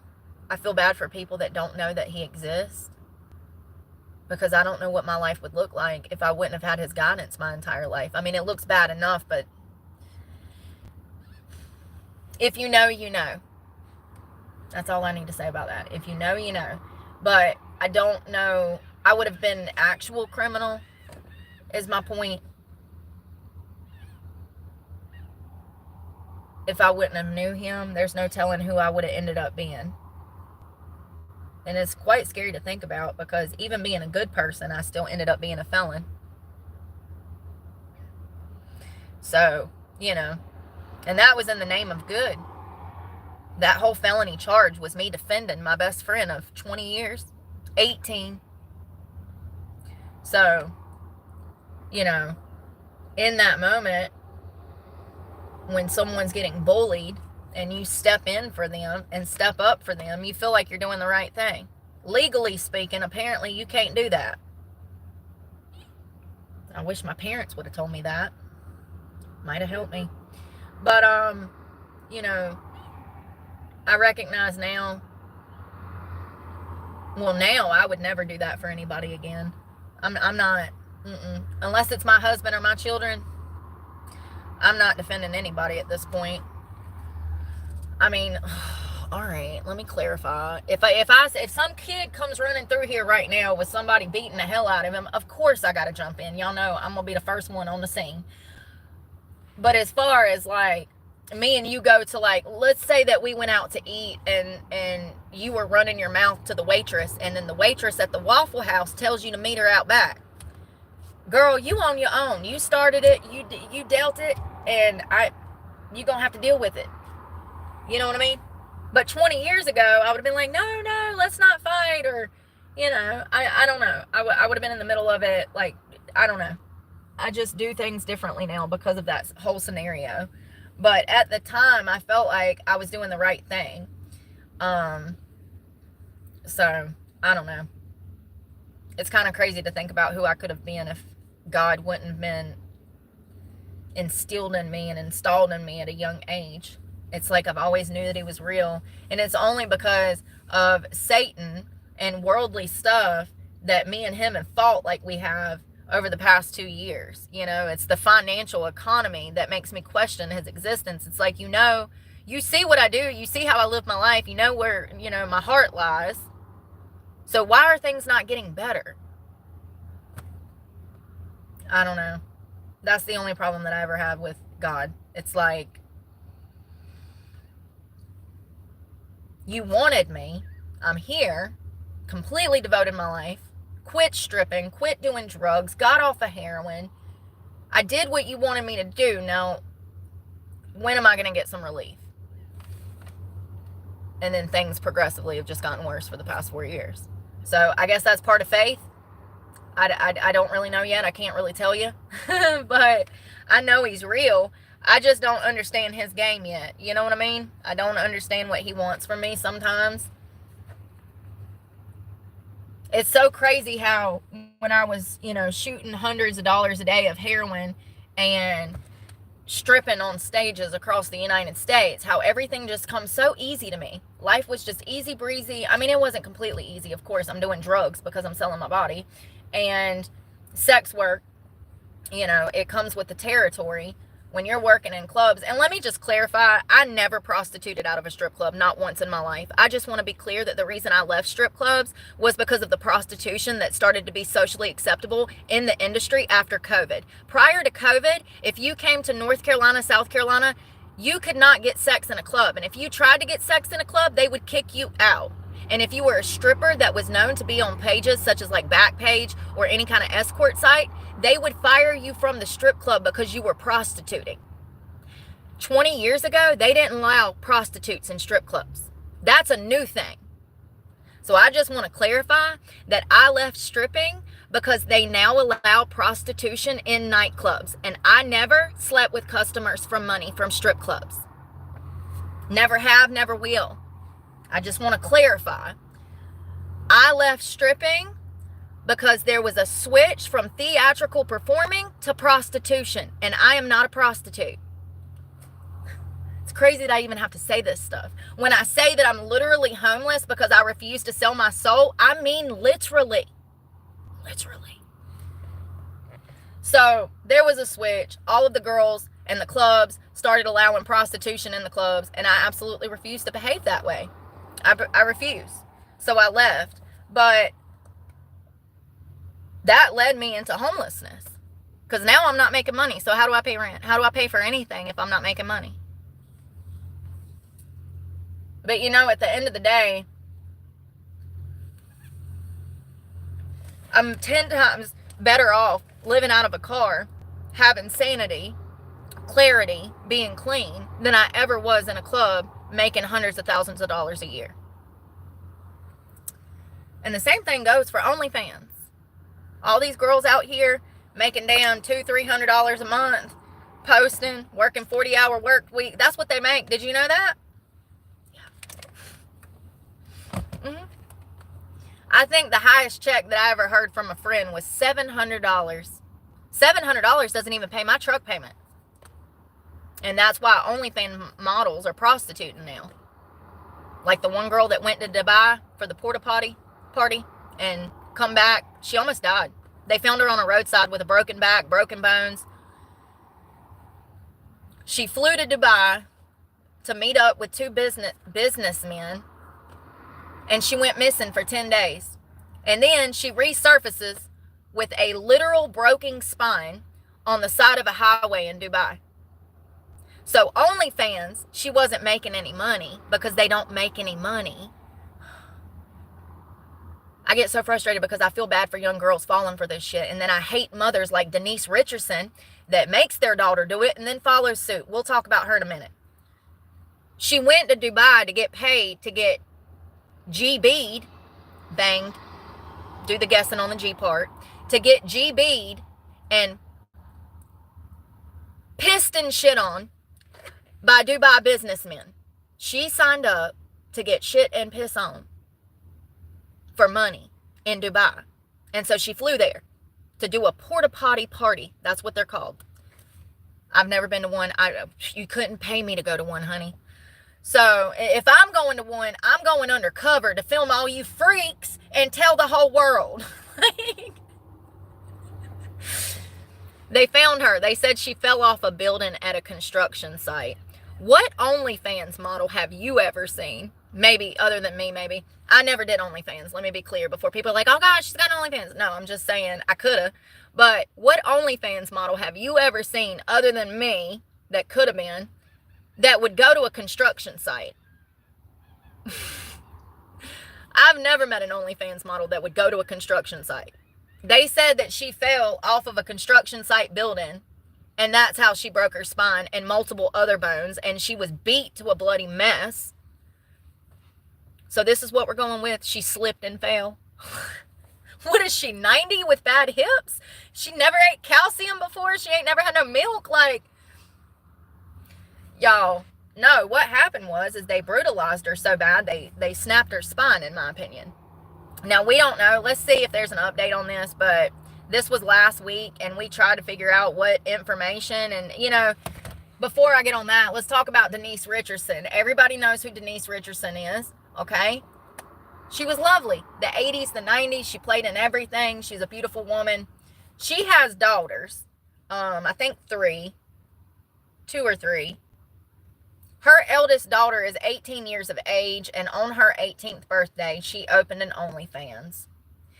And it was very similar to the Bad Baby situation. If you remember Danielle Bergoli, she was 17 years old, 11 months, and 29 days old, and she dropped an OnlyFans at the exact moment that she was, like, born on her 18th birthday, and she made millions of dollars overnight.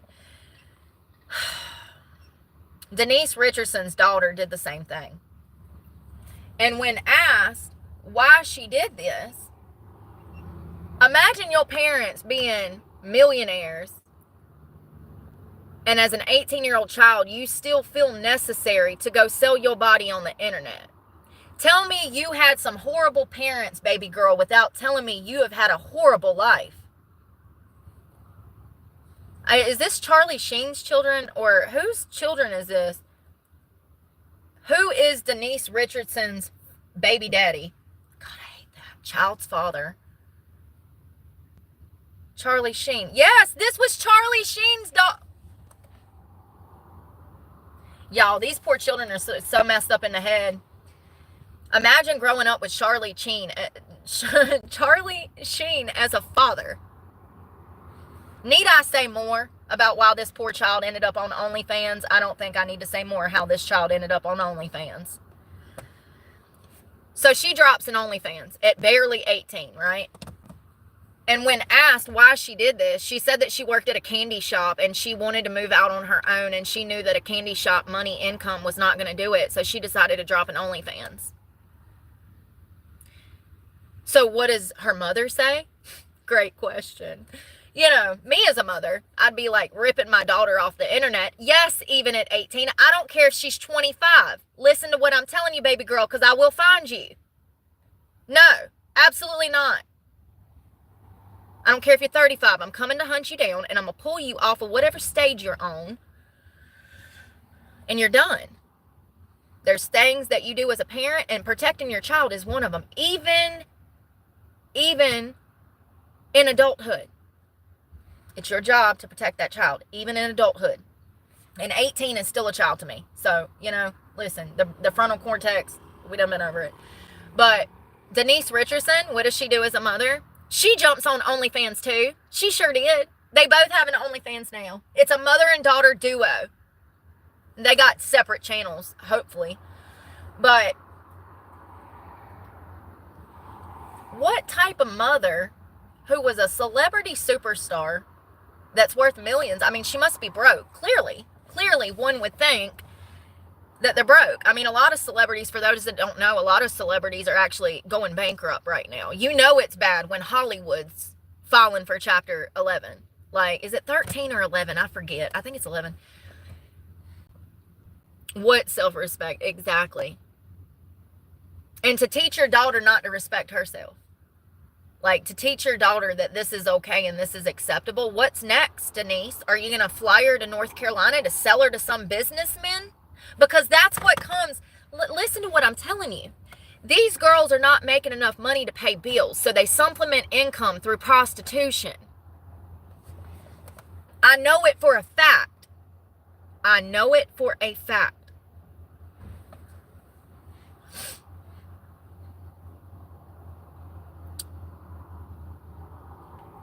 Denise Richardson's daughter. You want to hear the saddest part of this? There's an interview that you can find here on YouTube. It has Denise Richardson and her two daughters sitting down. And as you'll see in that video, they're talking about OnlyFans. If you look it up, it was through like USA Today or like People Magazine. They did a whole expo on Denise Richardson and her young 18-year-old baby doing OnlyFans. And this is the media trying to normalize this stuff so that more girls fall into it and fall for the trap. It is a debt trap. It is a money trap. There is no money in OnlyFans. If you end up in OnlyFans, you're going to end up prostituting. So then they set this family down. And Denise Richardson is sitting there looking crazy. I swear to God, she's on drugs, y'all. If y'all see her, she looks like she is strung out on something. Now, is it Ozempic? I don't know. I ain't never seen Ozempic make you look like you're addicted to fentanyl. Whatever Denise is on something. Allegedly.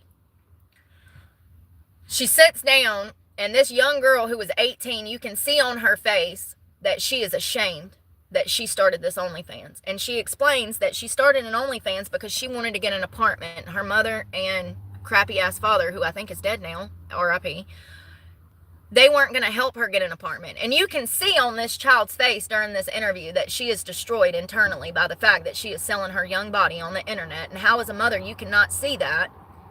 I can only assume it's because you're on drugs, Denise. Denise and her 18-year-old daughter are acting like this is so normal during this interview. And you know who knows that it's not normal? Denise's other daughter, who is sitting on the same sofa, and you can see the disdain on her face for her sister and her mother. How embarrassing that your first TV interview is about your sister and your mother selling their ass on OnlyFans. How embarrassing. Society makes me sick, y'all. They make me sick. Oh, but let's not forget, I'm the convicted child abuser. Remember? People like that can have kids, and society will beat me down till I die and try to accuse me of something that I did not do.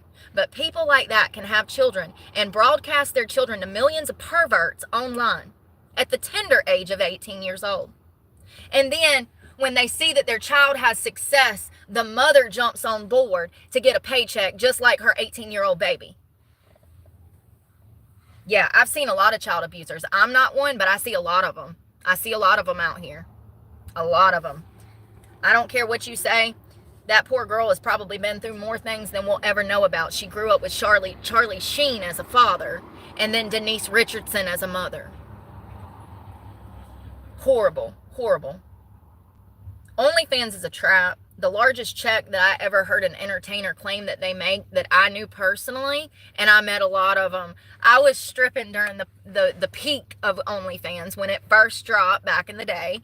And a lot of the girls that I work with in the club, they ended up doing OnlyFans. And I was strictly against it because I'm strictly against posting things that could be massively. I'm against pictures and videos. I don't want my asshole all over OnlyFans. I'm sorry. I have some self-respect. I understand that I was a stripper, but I was actually theatrically performing. See, people say, I say, oh, I used to be a stripper, and their mind goes to the complete opposite spectrum of where I was actually at as a stripper. So it's kind of crazy how society has this illusion of what that lifestyle is as opposed to what it was and what it is now. So what it was 20 years ago was good, clean fun. Women knew how to dance. Women knew how to work the pole. They could flip upside down. I can still do all that shit.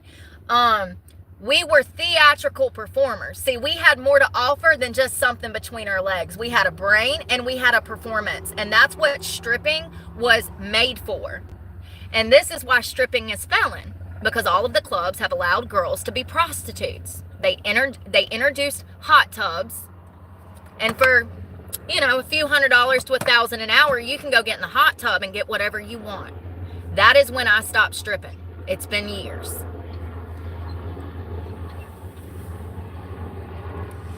It's been years. Oh, yeah, for sure. I mean, I wholeheartedly believe that if you guide your children in the wrong direction, God is going to have a big talk with you when he sends you to hell. Right before he sends you to hell, he's going to have a big ass talk with you about how you raised your children, if you're raising them anything like Charlie Sheen and Denise Richardson.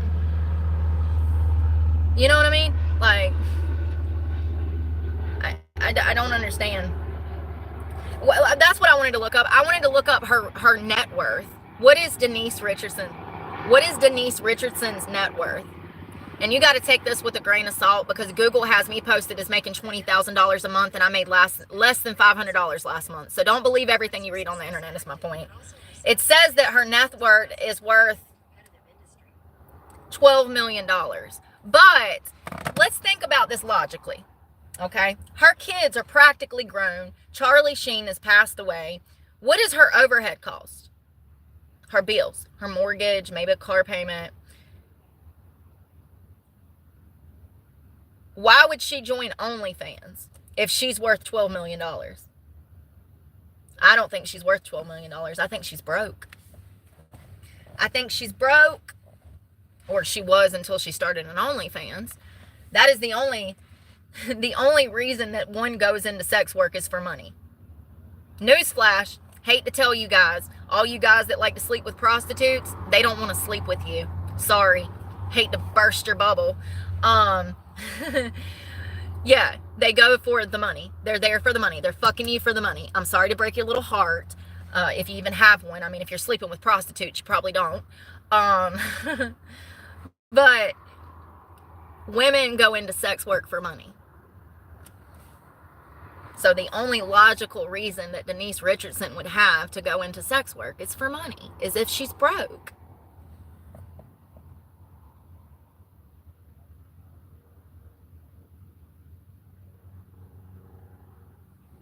It's really sad. It's really sad that a woman, first of all, would allow, I don't care if she's 18. I don't care.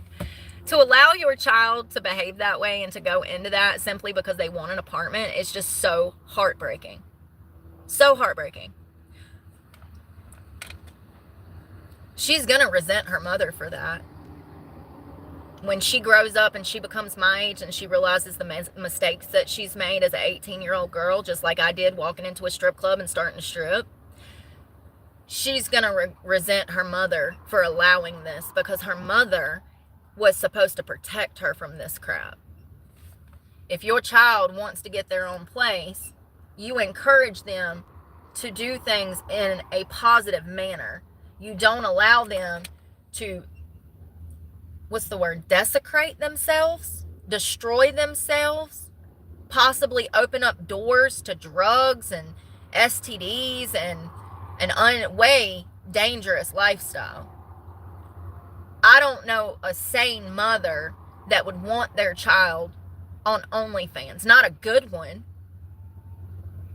I mean, we need to have this discussion, because it's bad. You know, look at Bonnie Blue, and what was the other girl that had sex with all the men? God, what was the other one? Lily Phillips. Do you know that her mother manages her business? Her mother is her manager. Lily Phillips. This woman had sex with 1,000 guys or something. Listen, it's so grotesque. It doesn't matter how many men she slept with. The fact that this child, she's a child, she's 22.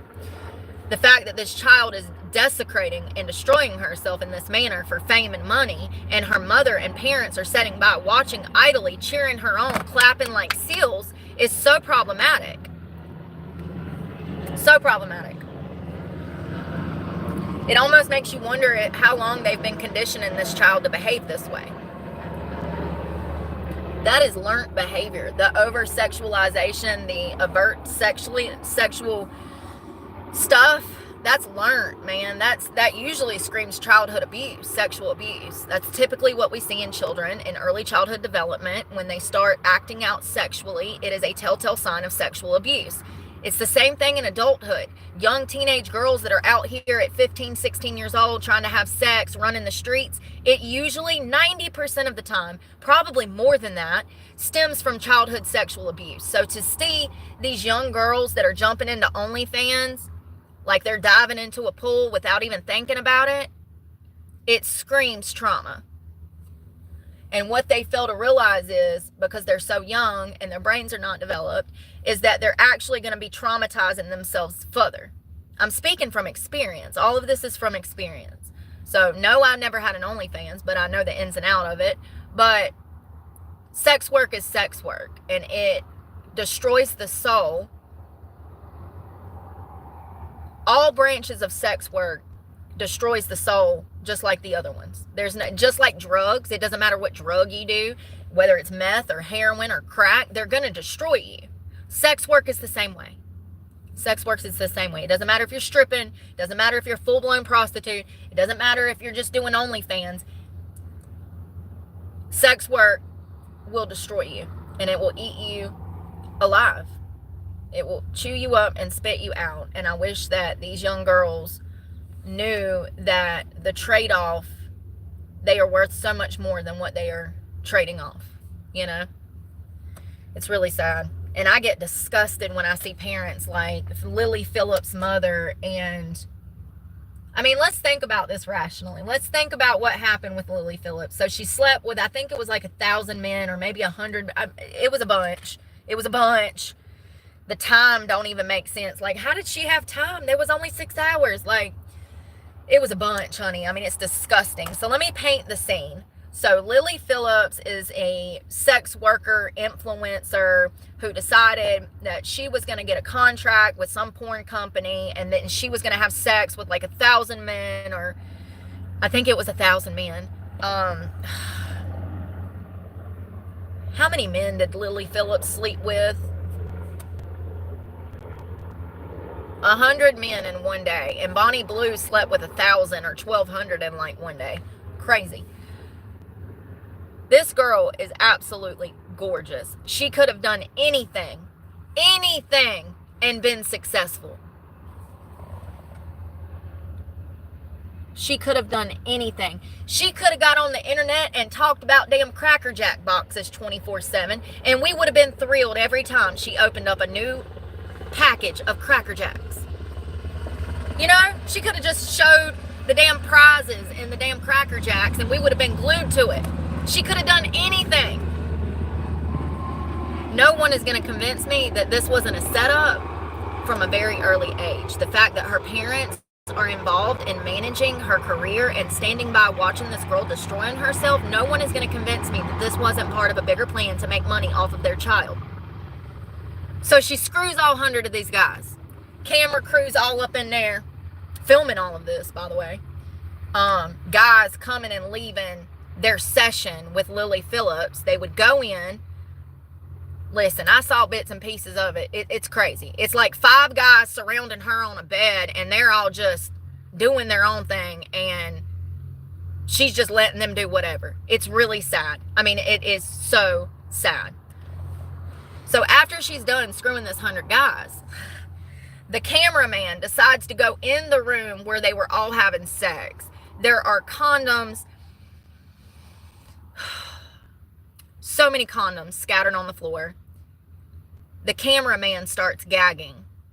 He is literally going, He said that the smell was so bad that he could not control himself from gagging. He almost threw up on the floor of the room that Lily Phillips had screwed 100 guys in that day. They said that the smell was so overpowering that it was in that room for days. So they proceed to do an on-camera interview with Lily. And what does Lily do after she has sex with this 100 men? Take a wild guess. She breaks down in tears. She gets completely emotional to the point that she has to walk off of camera and say, "Give me a minute." Does that sound like the emotional behavior of someone that enjoyed those 100 men? But what can she do? She can't go to mom and daddy and say no. They're her manager. She can't just quit.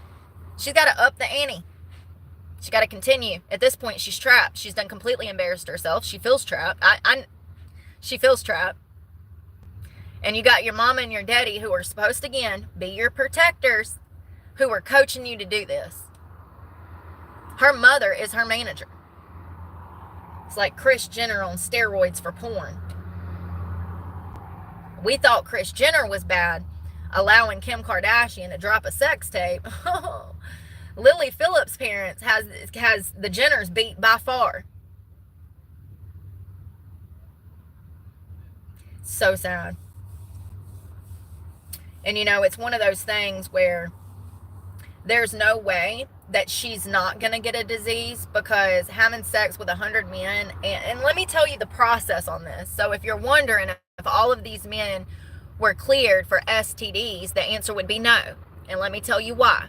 I understand in the documentary that they claim that these guys were tested, but there's no way to be certain, because this was not done by all, like, in a doctor's office. So Lily required these guys to go to the doctor, get an STD test done, take a picture of the paperwork, and send it to her through a text message. This was the process that Lily's producers, managers, who was her mother, and Lily came up with.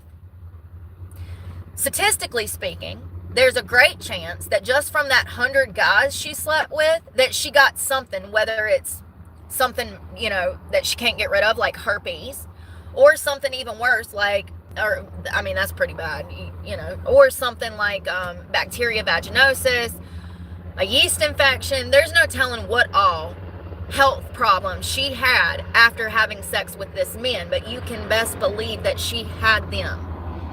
As a woman, listen to me, she had them. Some kind of health complications from all of those men in one day. And the thing about herpes is there doesn't necessarily have to be a breakout. Some people break out and you can't even tell. So there's no telling how many of those men. Well, let's Google it, statistically speaking.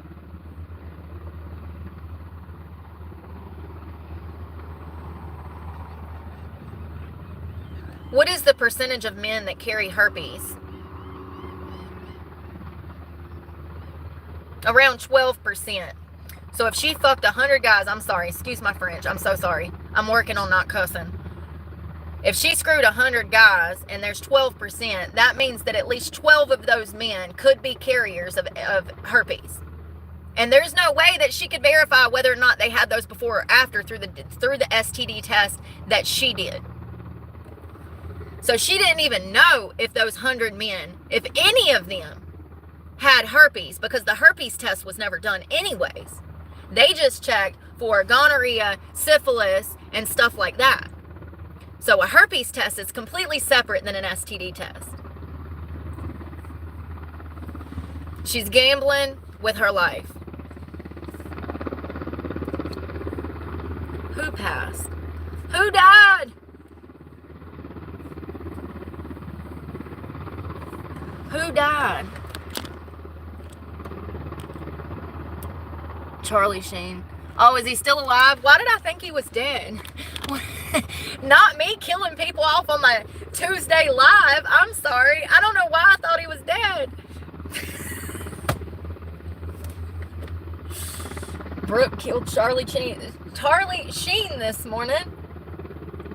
No, I believe you, but then why is he not preventing his daughter from selling herself on OnlyFans? That makes it even worse. Oh, he's my mama's age. He's born in 65. Well, my mom is dead now, but like she was born in the 60s.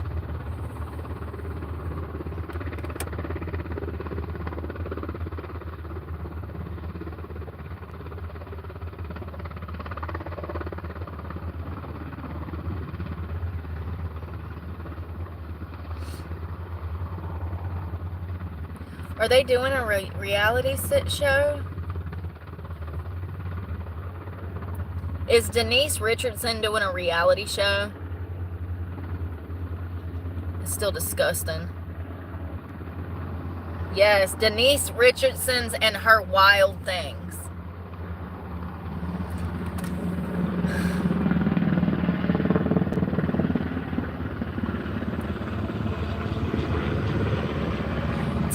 they did not set up an OnlyFans just to get the premises for a reality show to coerce young girls into becoming OnlyFans model. Please tell me that we are headed in the opposite direction than what I'm reading right now, because all these people are going to burn. Denise Richards and her wild things. It premiered on March 4th on Bravo. Bravo is a shit channel anyways. It'll pollute your brain. Stay away from it. You don't need Satan seeping in. Yeah.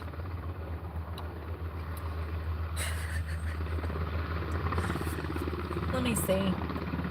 Does Denise Richards talk about OnlyFans on her new TV show Wild Things with Denise Richards?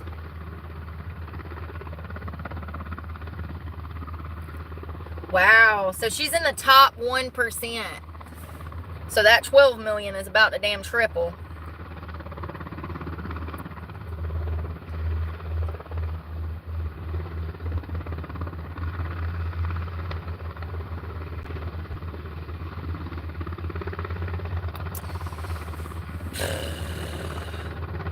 So crazy. I just think that it's disgusting. It's sad to gear young girls in the wrong direction, especially when they're not going to make any damn money. Like, it's just so heartbreaking. I just could never get behind something like that as a parent. I would lose my freaking mind. Do you hear me? I would lose my mind. You better make sure mama's had 2 glasses of wine before you even start talking about something like that, because I'm going to lose my mind if I'm sober. Maybe drunk. I'll be like, oh, well, you ain't going back there. But not. I don't know what I would do. I'd probably hunt down the son of a bitch that talked my kid into it, you know? Like, how did we get here when we think that it's normal to gear young girls towards that? Like just 10 years ago, 20 years ago, we were gearing young girls towards having careers in politics. How did we go from allowing women to work and have rights and vote and politics to maybe having the first woman president to now all of women's value is put in their body on OnlyFans? What happened to the Amelia Earharts of the world? Call me crazy, but I just think that it's irresponsible. You know?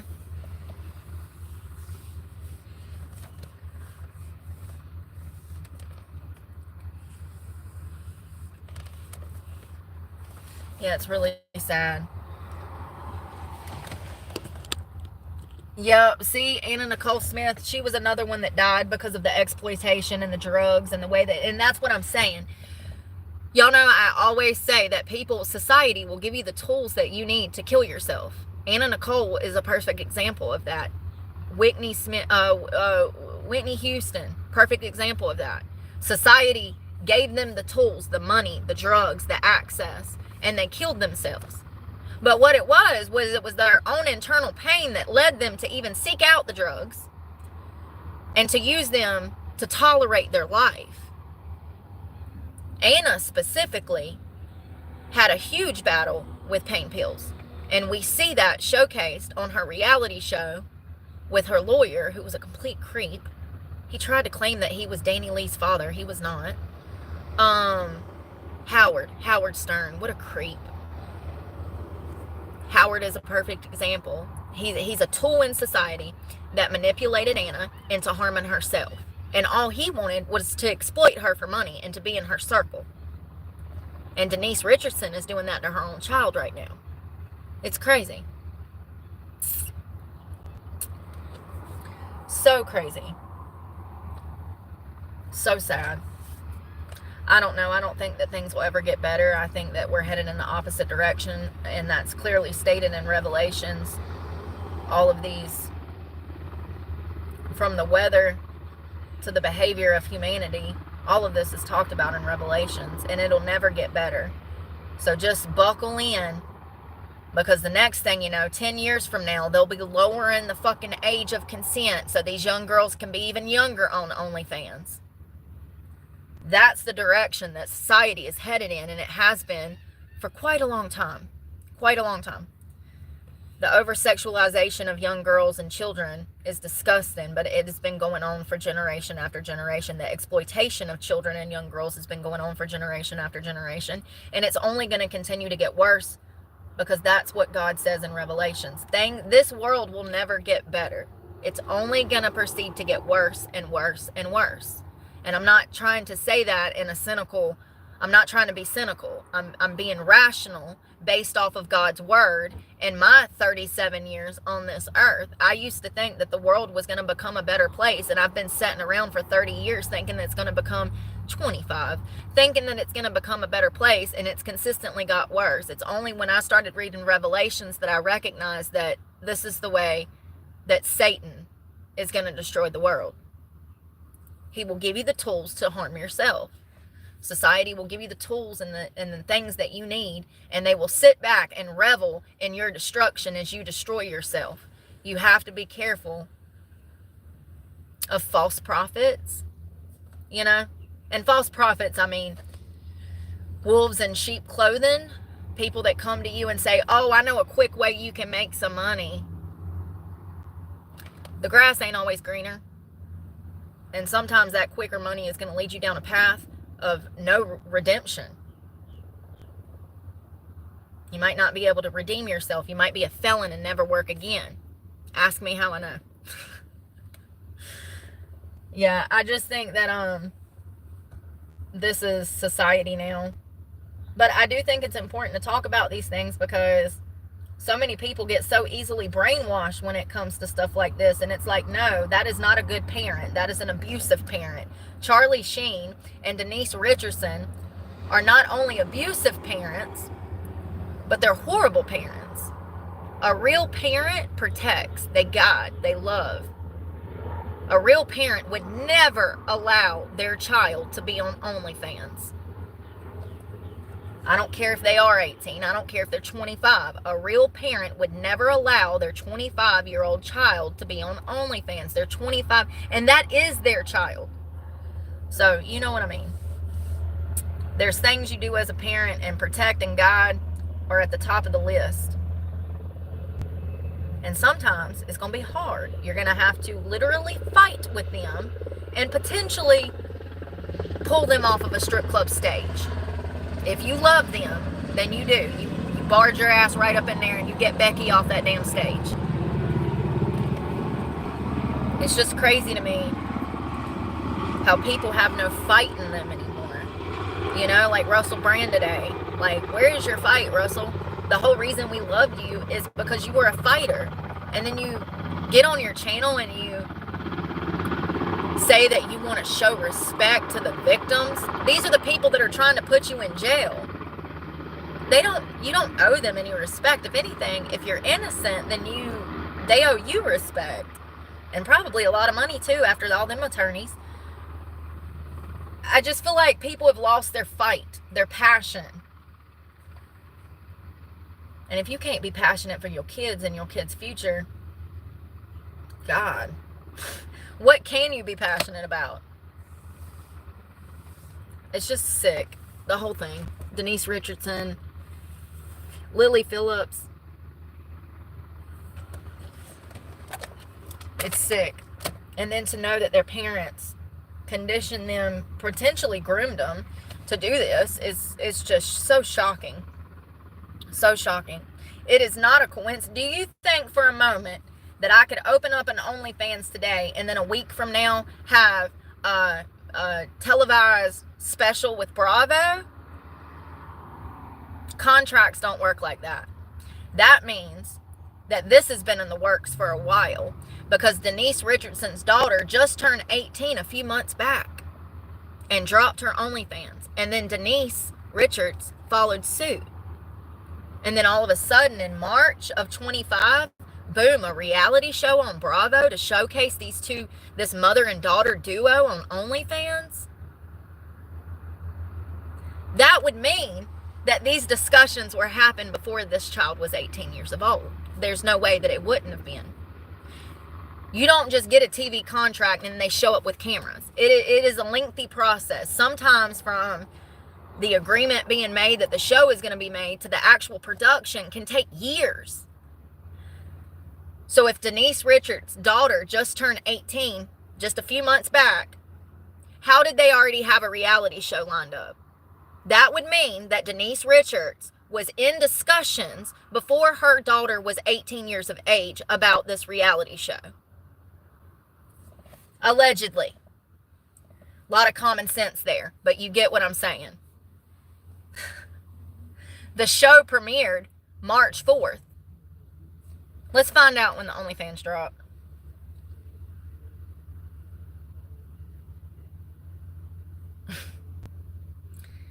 When did Denise Richardson's daughter's OnlyFans drop?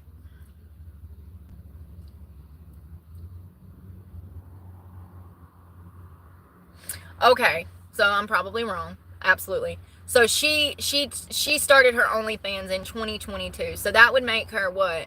Like almost 21, or I'm sorry, almost 25 now. Still not okay.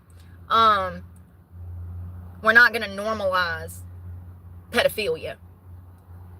Still not okay. 2022. It doesn't tell me what month. And it says it was right after she turned 18 years old. But I don't know. It's still weird to me. I mean, let's think about this logically. Like, still,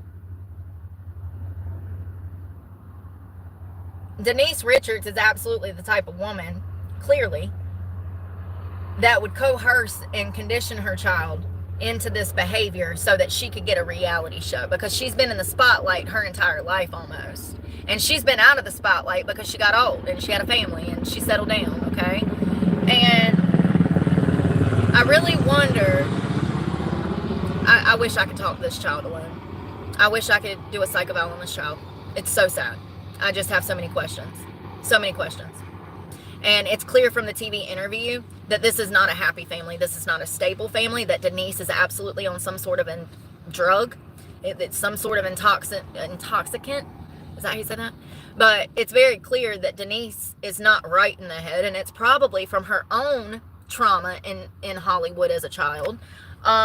But to condition your child and then to set up a reality show where you broadcast that you and your daughter have an OnlyFans, it's just crazy to me. And nobody will ever convince me that this child was not coerced into this.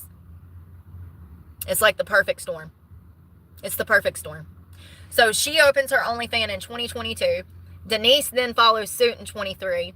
And then by 24, she goes to Bravo asking for a TV deal. And by 2025, March of this year, they're broadcasting this show. I don't think it's a coincidence. I don't. It's the perfect storm. It's like everything just fell into place.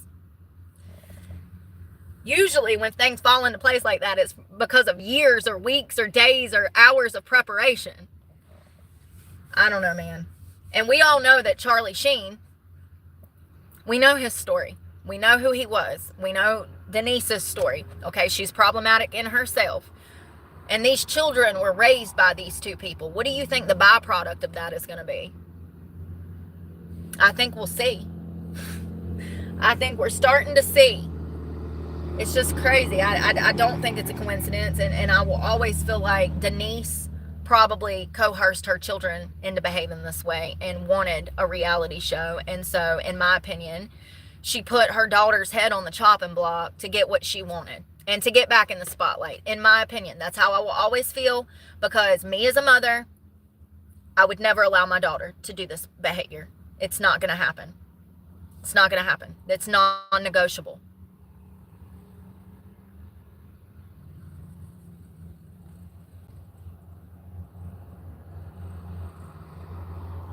This guy's out here on a dirt bike fishing, sorry. I didn't have my daughter taken away. We've talked about this and I've done videos. My daughter was stolen illegally by the federal government. I've talked about it over and over. There's tons of videos if you're interested. Yeah, my daughter was stolen illegally by the federal government, and it can happen to any parent at any time. That's the power that the government has. They don't even need evidence. They can just take your kid. Yes, they can. It happens every day. I know the general public does not realize this, but this is why I talk about these things, because I want parents to know their parental rights, and you have none unless you have money. So if you have $70,000 to drop on a defense attorney or a child custody attorney, then you might be okay.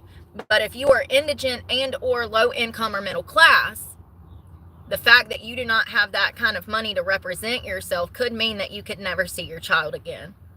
It's really sad. It's really sad how much power the government has. And it's also extremely sad that social services, health and human services was built to protect children. But statistically speaking, they do not help children. They hurt children, statistically speaking. More children are abused through the foster care system and social services than anywhere else on planet Earth. Fun fact, statistically speaking. It's really sad. Really, really sad. Oh, God. Well, then they'll say that your friend was taking the man's fault and that they neglected their child because he beat her ass and she should have just left and that's all her fault and she should lose her kid because she neglected her baby because she fell in love with somebody who was abusive. I mean, oh, the best part is, you know, they're going to make her piss in a cup, jump through a bunch of hoops, take some parenting classes, you know, I mean, and that would be fine if she was abusive, but it sounds like she wasn't abusive. Her boyfriend was abusive to her. So why would the mother have to suffer anymore after she's already been victimized by a man? But that's what the government does. They re-victimize victims, specifically children.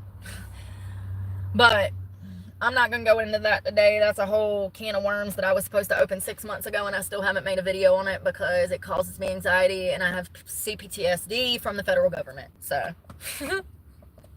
it's a miracle that I'm even sane enough to talk about some of this stuff, if I'm just being honest, because I shouldn't be. That's what they were hoping for. They were hoping to drive me so fucking crazy that I drove myself off a fucking bridge. That's exactly what they wanted. They wanted to destroy me from the inside out, and then they wanted to give me the tools to destroy myself.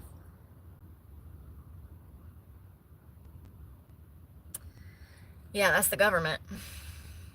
Who said it? Nixon. He said, oh God, what was that saying by Nixon? It was really good.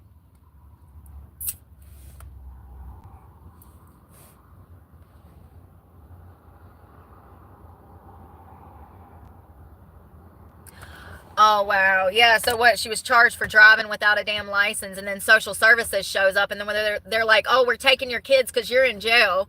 Like, yeah, I don't know, man. I think that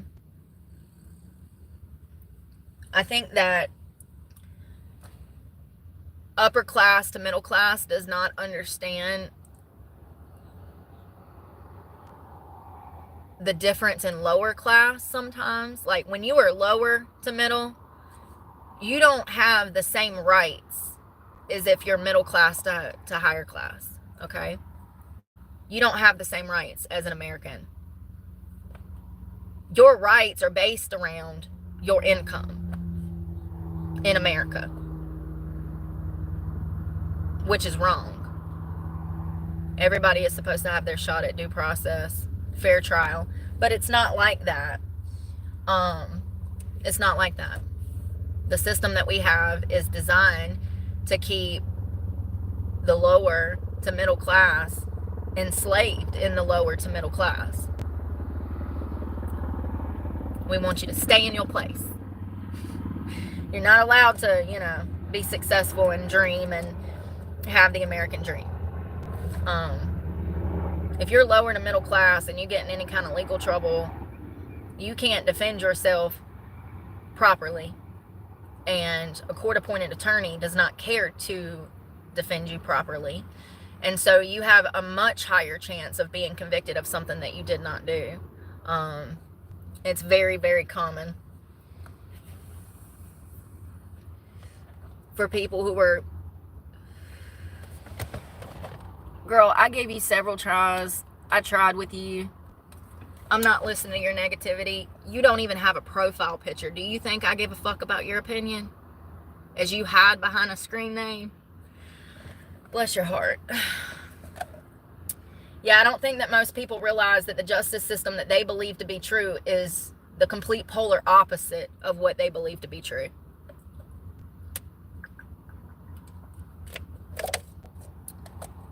Y'all, I'm hungry and I don't know what I want.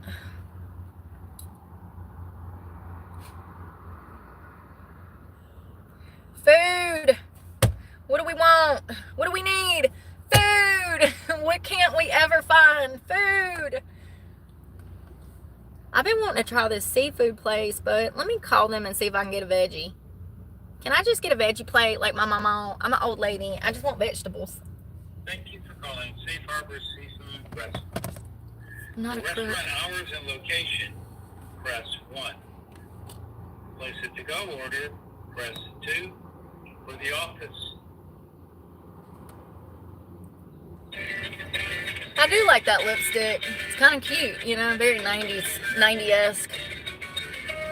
That stuff is already running under my eyes, though. I knew it would. It's a crayon. It's an eye makeup crayon, but it's still a crayon. Hey. Safe Harbor gonna get me a damn YouTube violation. I need a margarita. Yes, ma'am. I was wondering if I could just order a vegetable plate. Yes. Don't you guys have sides?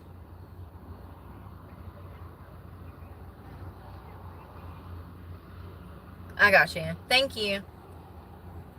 First of all, 0 out of 10, you're a bitch. Second of all, I know y'all got vegetables because I've eaten there before. She trying to tell me they don't have a vegetable plate. Girl, I ought to drive down there and order it in person. What do you not understand? I want green beans, fried okra. Like, you have all of that. What is the problem? Welcome to 2025 where you can't even order a side. You can't make this shit up. Well, that's a no-go. Which one was that? Oh, that was Safe Harbor. I don't want to have to drive to the Golden. Oh, what's that?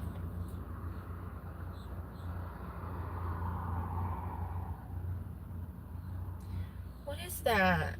That looks delicious. I want that.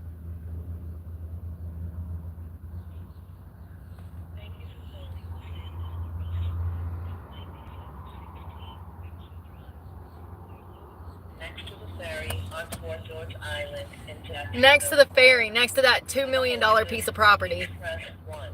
For the bar or to-go orders, please press 2. For the office, please press...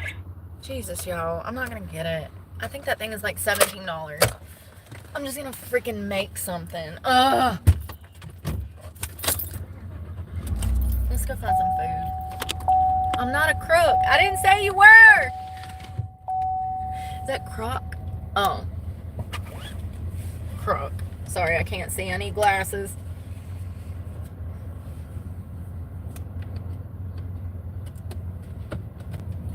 I guess I don't know what I'm gonna get. Eggs. Hold on. Girl, you ain't got no ligaments. Girl, your ligaments in your neck. You alright? Hold on. Girl. You been alive for how long? You still ain't learned to hold your head up? You ain't got no ligaments. Hold on, it'll stop bumping in a minute. Maybe. I might have to. Shit. Bobby. Come here. Your neck's broken. I can't ride around looking at you bobbling at me. I ain't got a bobblehead for a reason.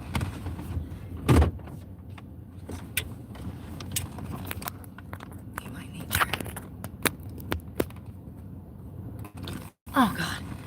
Oh, the reach. I wish somebody could tell me why Mayport always smells like a porta potty. Wear your seatbelt. Don't forget it.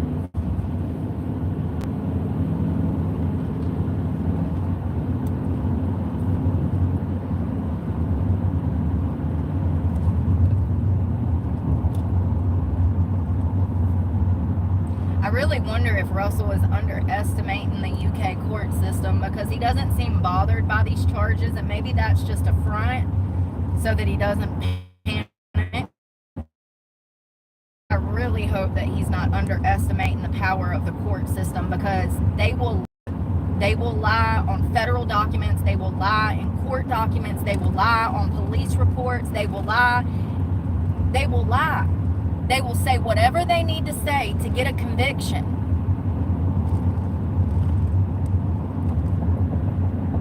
They will manipulate, they will pay off witnesses. They will invent evidence that never even existed until they invented it. I just hope that he is prepared. And I'm sure he is. He's worth millions. He's probably already got a team of lawyers. But I was really expecting to see him angry. I kind of miss that old Russell, okay? If I'm being honest. It's made me realize this whole situation, him being arrested, it's made me realize that I can never lose that. I've got to hold on to my passion. I've got to hold on to that fire, because he lost his fire.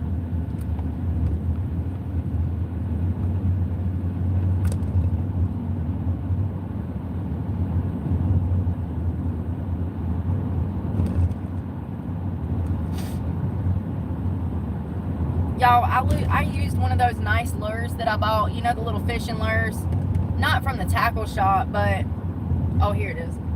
Remember when we went to the sheep head contest and they were catching sheep's head out there, and I bought those 2 lures? Well, I used one of them and it got snagged and I lost it. Sad. It was all pretty. It was pink. They were handmade, I do believe. I mean, of course they are, Brooke. Oh my God. Oh my God. Listen. Well, I don't know. Are they all handmade? Fishing lures. I know for like fly fishing, most of those are handmade. But I guess like the mass production ones, they can probably have a mold to make the worms. But the ones that I bought, they looked homemade, like he had made them out of like metal and stuff. I don't know, but I lost one of them. It sucks. It got snagged on something out in the ocean and I had to cut the line.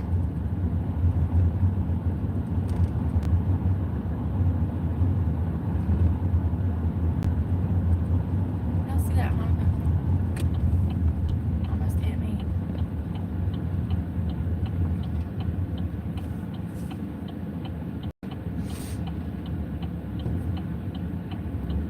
Oh God, I feel so lazy. I'm trying not to work out today because I want to not be sore tomorrow for my appointment. And I am still sore. It's kind of crazy because I didn't work out yesterday. But my lats and all of this is still sore as hell, like all through here. Oh, thank you. I can't see. Thank you, Andrew. Veggie plate. Wasn't that crazy? She said I couldn't order it. Ooh. Thank you so much, Andrew Klein. I appreciate that. Cracker Barrel. I do love that place too. Their hash brown casserole. I could marry a plate of it. Come on, Pawpaw. You got it. You got it. Oh, God. What is this? Ew, I can't be doing that. Oh, God. I need gas. Not from here. Never mind. I'll run out before I pay $3.25 an hour. I mean, $3.25 a gallon. I'll run out. That's crazy. It's $2.89 down the road. Thank you. Thank you so much again. I do. I love fishing. I think it's peaceful. Where's my key? I think it's peaceful. I gotta put money on my card real quick.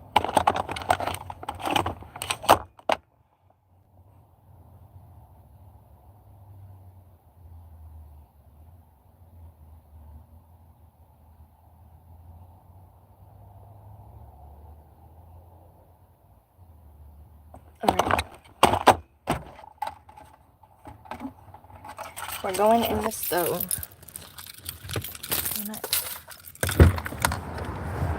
Oh, it's starting to warm up now, finally. Thank God, because it's been so damn cold. Well, this morning it was cold, and yesterday it was hot as hell. It was 95 degrees yesterday, and then this morning it was 62. What is going on? I'm so confused.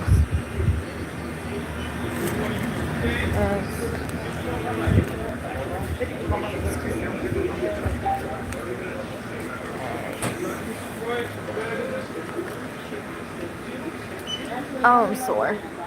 Yes. So every time you buy anything, there's a button here, normally appears, enter mobile number, you click that and enter the number. Oh. Okay. That will give you more discount. Just throw them up there and then it just rings it up.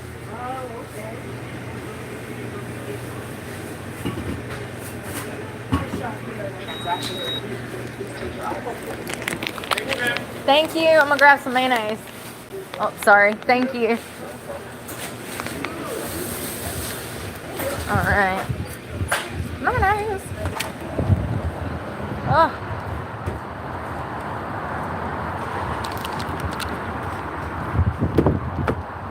Why is it that much in Sumter, Carl?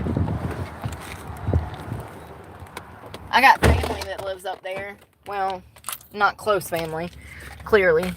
But I wonder why is it, oh, $2.69. I'm thinking $3.69. That's cheap. Much cheaper than here. And usually I get it in South Carolina for much cheaper. Georgia, South Carolina is always cheaper for gas. So if you're driving up the East Coast from like Florida to North Carolina, you would want to stop in South Carolina and Georgia and get gas continuously. Make sure it's full, because once you cross that Florida line or the North Carolina line, that gas shoots way back up. I don't know why South Carolina and Georgia's gas is always cheaper, but it is. American green. Yeah, no doubt. I agree with you on that, Carl. I agree with you on that. It's crazy. I want an egg. I have the hardest problem, like, finding food, like, you know, I'm trying to eat healthier, and it's really hard.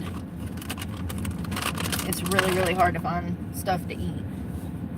I mean, all the fast food places sell nothing but crappy fast food. I mean, Culver's ain't too bad. Where else? Cookout.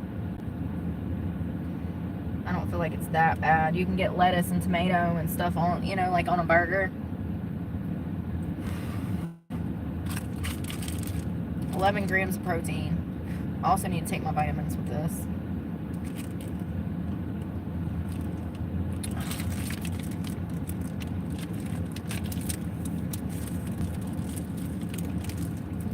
Oh, come on.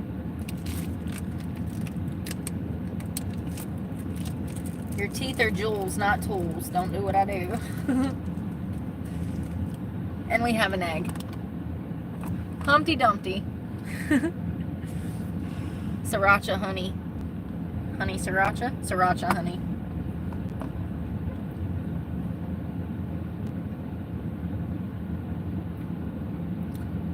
Come, Lord Jesus, be my guest, and with this egg, let me be blessed.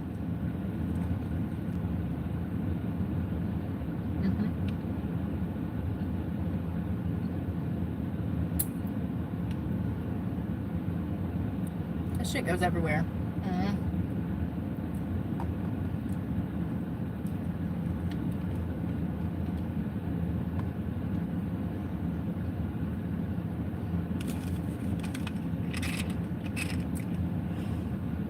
Calcium plus vitamin D. I didn't even look to see if that one a day had calcium and stuff in it.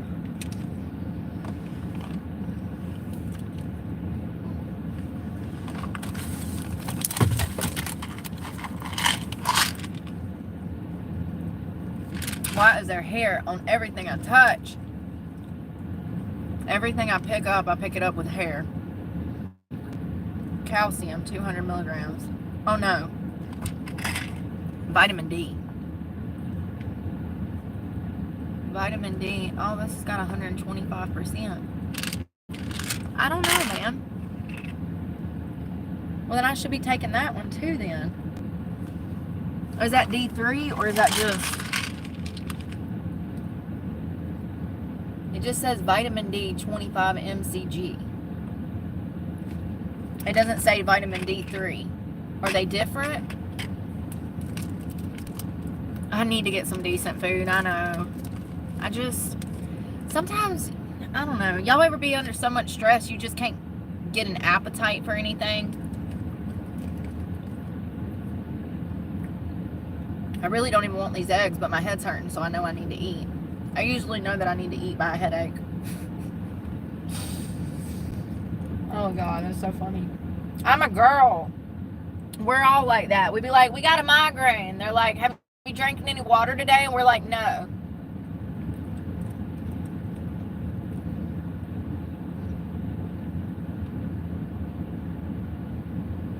I can't help it. I forget to eat. I love this honey sriracha. It's so good.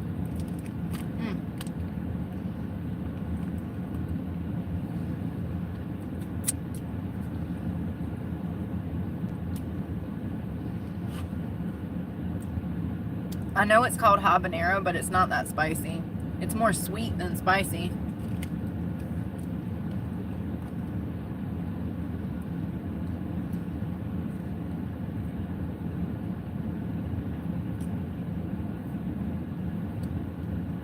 Trying to get the sticker off so you can see the label. It's so good. I think I like it more than my tiger sauce. Habanero? Is that how you say it? I love these little bottles because they're perfect for van life. Oh my God, the sun. It's habanero honey sriracha. 10 out of 10. So good. It's really good if you grill like chicken or steak in it. So good. What was I going to take? I'm going to do this one because I really want the D3 and I don't know what the other D...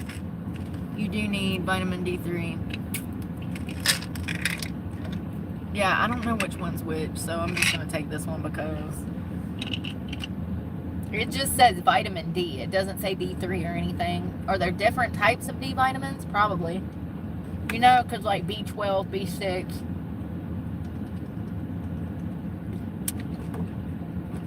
I had to throw this egg package away for it seats out in my car. And these wipes. Wipe my hands off. And that was one of the Lysol ones, so it smells like lemon. Thank God.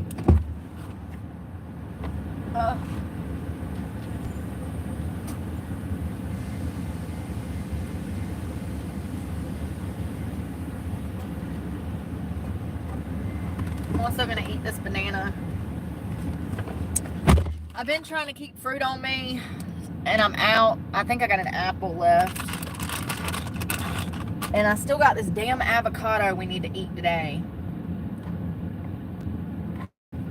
Damn it, Bobby. Hair. Everything, listen, if I give you a gift, don't be mad. It will be gift wrap with love and hair. Every time I pick up something, there's hair attached. Is that a sign that I need a cut, or...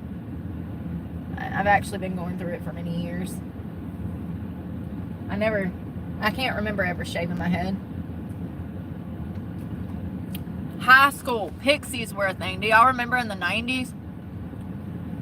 In the early 2000s, when pixies were the thing? Like the short hair thing? Thank you. Thanks, Brandon.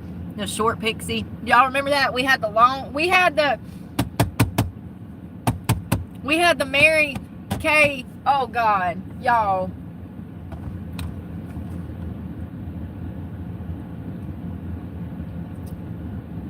What was Kate's last name from Kate plus 8?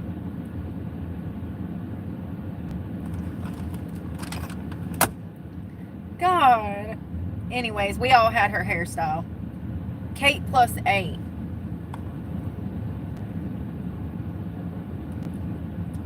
Goslin. We all had the Kate Goslin haircut in high school. Y'all remember the pixie cuts? Y'all remember those haircuts, the female pixie cuts with the bangs and the damn short hair in the back, and you'd spike it up.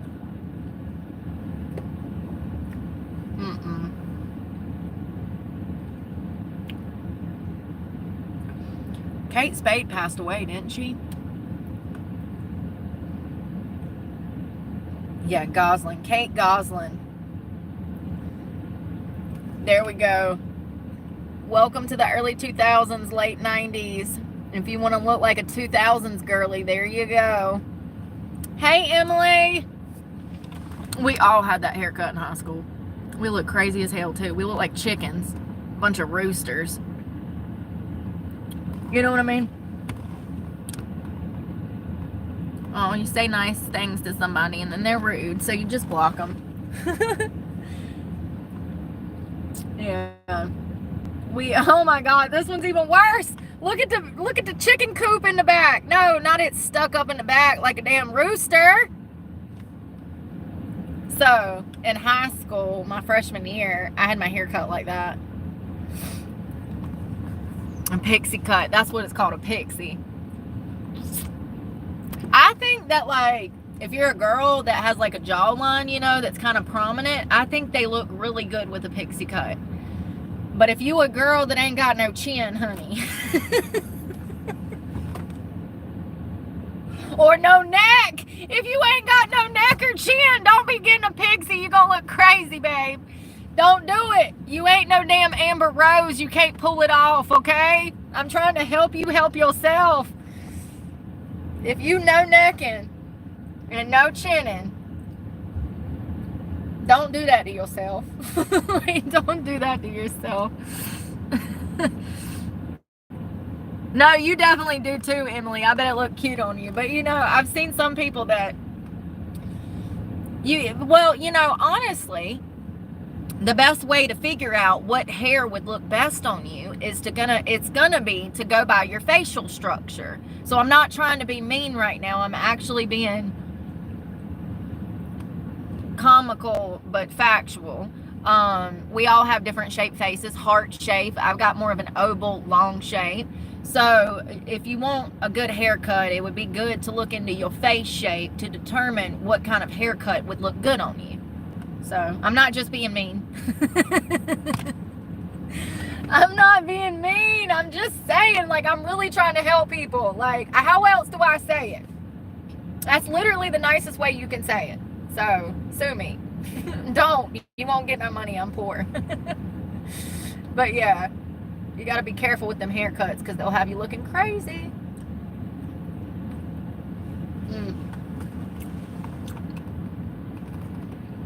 Yeah, and we also use that Pump It Up to put it up.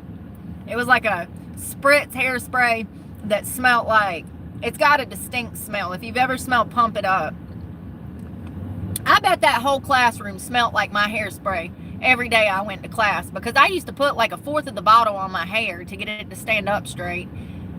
And I know I smelled like Pump It Up for my whole freshman year of high school. I know it. Know it.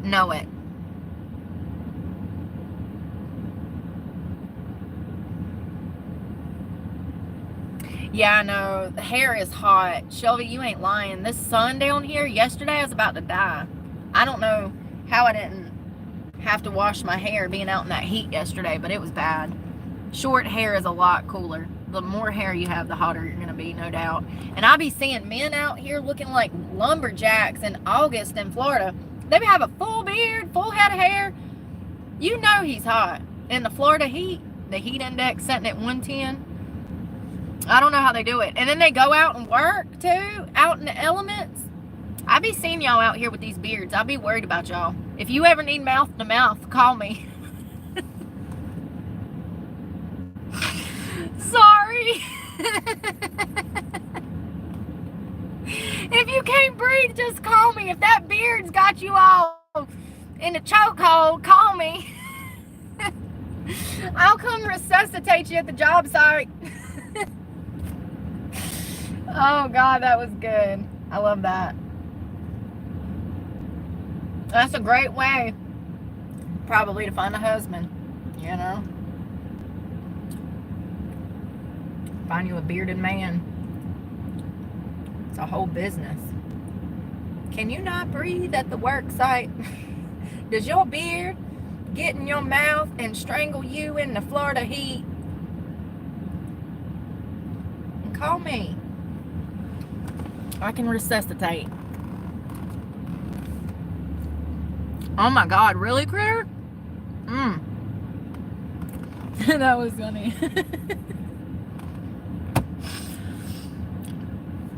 Alright, I'm done with this. They make these ginormous bananas now. That was 2 bananas in one.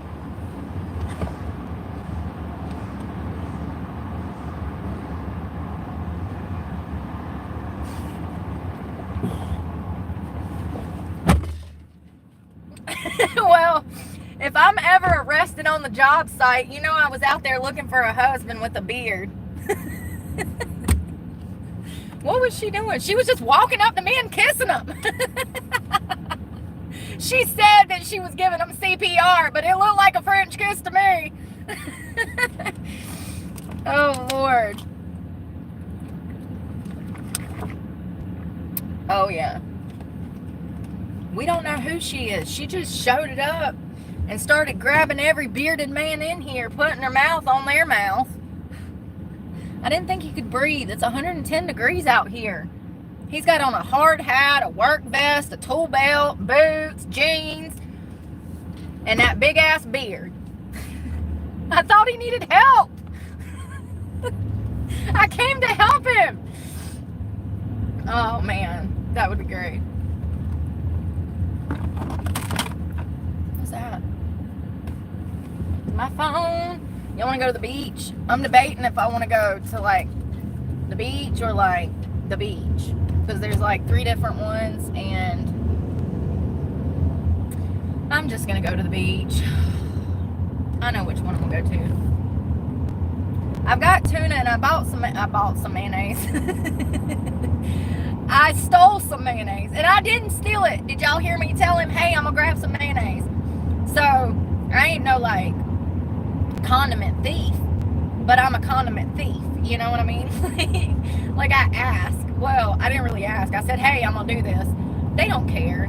They're not damn, they don't own stock in Duke's mayo. They're not gonna be mad at me for taking 2 packs of mayo. Last year I would have thought that they would have been mad at me for taking 2 packs of mayo, but I think that I've become more acclimated in society when it comes to living out of a car now, and so now I don't really have, I still get that anxiety from society, but not as bad as it was last year. Yeah, they don't care. But last year, this time, I would have been like, no, I'm not getting mayonnaise from there. They'll be mad at me. Fuck them. If you're going to get mad over a pack of mayonnaise, you need to be in a mental hospital. Get mad, ho. Hit me. So I can send your ass to a mental hospital after you pick your teeth up off the ground for hitting me. Yeah, people are crazy. And it causes me to be crazy because like I'm like, oh God, I don't want to piss anybody off, and I shouldn't feel that way. I don't do anything wrong. Like they really will try to make you seem like you are this horrible, evil person when you don't agree with their delusions. Crazy. Where's my phone?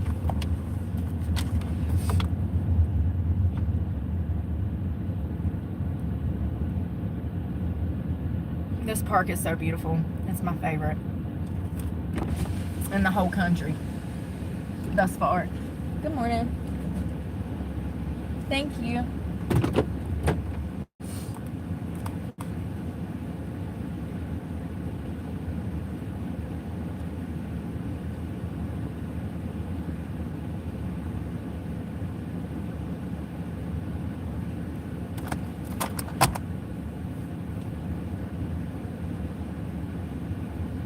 Thank you. Have a great one.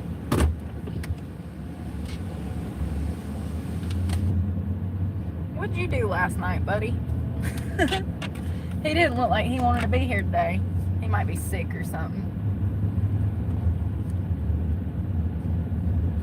Yeah, he looked like he wasn't having the most awesomest day. Ow. So I'm gonna wait till I shower to put on that second nicotine patch, because these transdermal films, they wear off with your old TMI. They wear off your dead skin. So like, even though like I put this on yesterday at this same time, well, it was a little bit before, and like they only last for like, they really stick for maybe like 6 to 8 hours, but it's supposed to last for 24 hours. But I'm just gonna exfoliate really well in the shower, like I'm gonna go crazy to see if I can get it to stick better, and I'm gonna wipe the spot off with alcohol before I stick it on to see if it'll stick better, because they do work. They do work, but they won't stick right.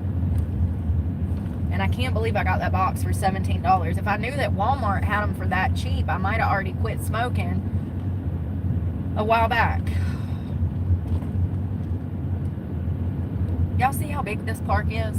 I just went through that gate all the way back there. It's like over a mile. It's huge. It's almost 500 acres in here. Rivers, lakes, streams, the beach, kayaks, paddle boarding, bicycles, pretty much anything you could ever want to do as far as like a physical sport, biking, skateboarding, all of that you can do in here. I love this place. I use bathroom. When do I don't? When do I not have to use the bathroom? Oh, the beach.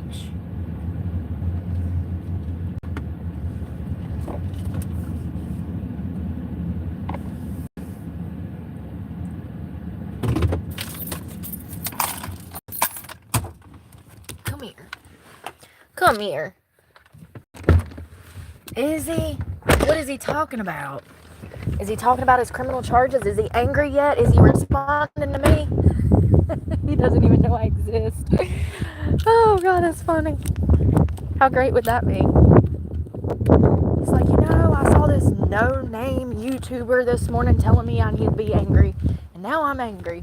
God, it would make my year. It would make my year. So, hold on one second.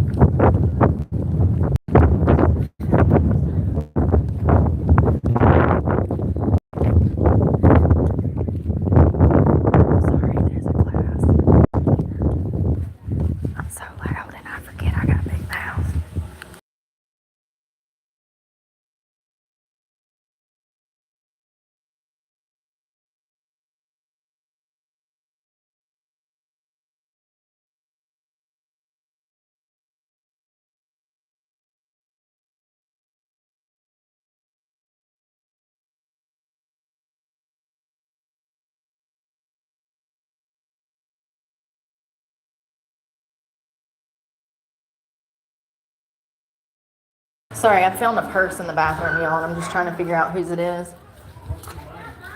Is it? Oh, you were in the women's? Maybe if I'm just going to set it. Yeah. Why am I always finding everybody's inanimate objects and returning them? I swear to God, it's like the fourth one this week.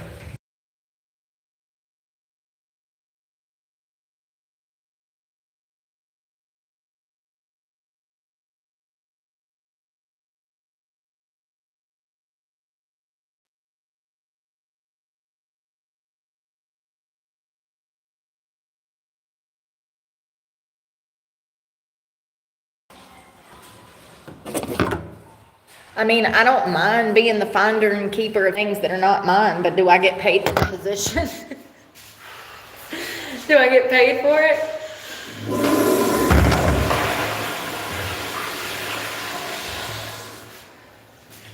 Finder and keeper of all things that are not mine.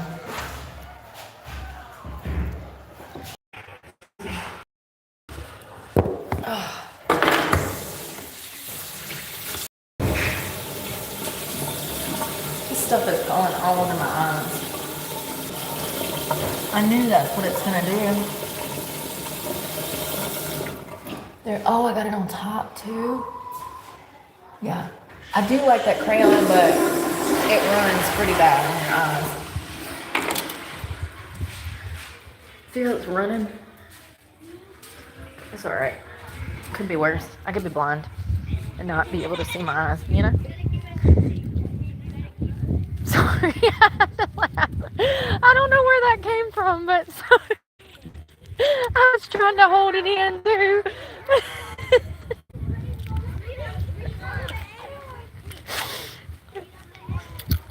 That was so funny. Sorry. I was trying to hold it in. I was like, God, Brooke, you always sound like you're trying to offend somebody. It's not me, man. It's the dyslexia. That's funny. Haha, I made myself laugh because I'm a goober. Uber goober. I'm wondering if I want to skate. It's so nice.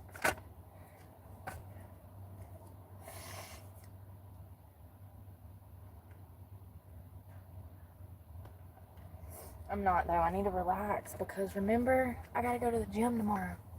I gotta meet with a PT. I'm excited. I bet it's even colder on the beach. What time is it? I don't know. I'm probably about to run, y'all. I gotta get my life together for today. It's already mid-afternoon and I ain't done shit but run my mouth on the internet. I might go for a walk on the beach, but I gotta like find some clothes and figure out what the weather do, because right now it's a little chilly. It's a little chilly. Oh, thank you, Mariah. I'm working on it. Hopefully tomorrow goes well. This new gym. I got a new gym membership. So, I like it so far. It seems a lot better than Planet Fitness. A lot better. Oh, thank you. I'm working on it. Thank you, thank you. And I hope you guys have a good afternoon. I hope that y'all are able to stay cool out here or warm out here, because depending on where you are, the weather, Mother Nature is losing her mind. We might eat dinner or something later. I need to actually like eat. Oh, thank you. I hope you enjoy it. Yeah, me too. Always. That's probably what I'm about to do, is shower, find somewhere to eat, and shower and get something to drink. Sorry. Caffeine. I need a shower and some caffeine. I feel rough already. But I love you guys, and pray for me, because God knows I need it. And I'm praying for you guys as always. And I hope that y'all have a good afternoon. Stay warm out there. Bye, y'all. Be safe.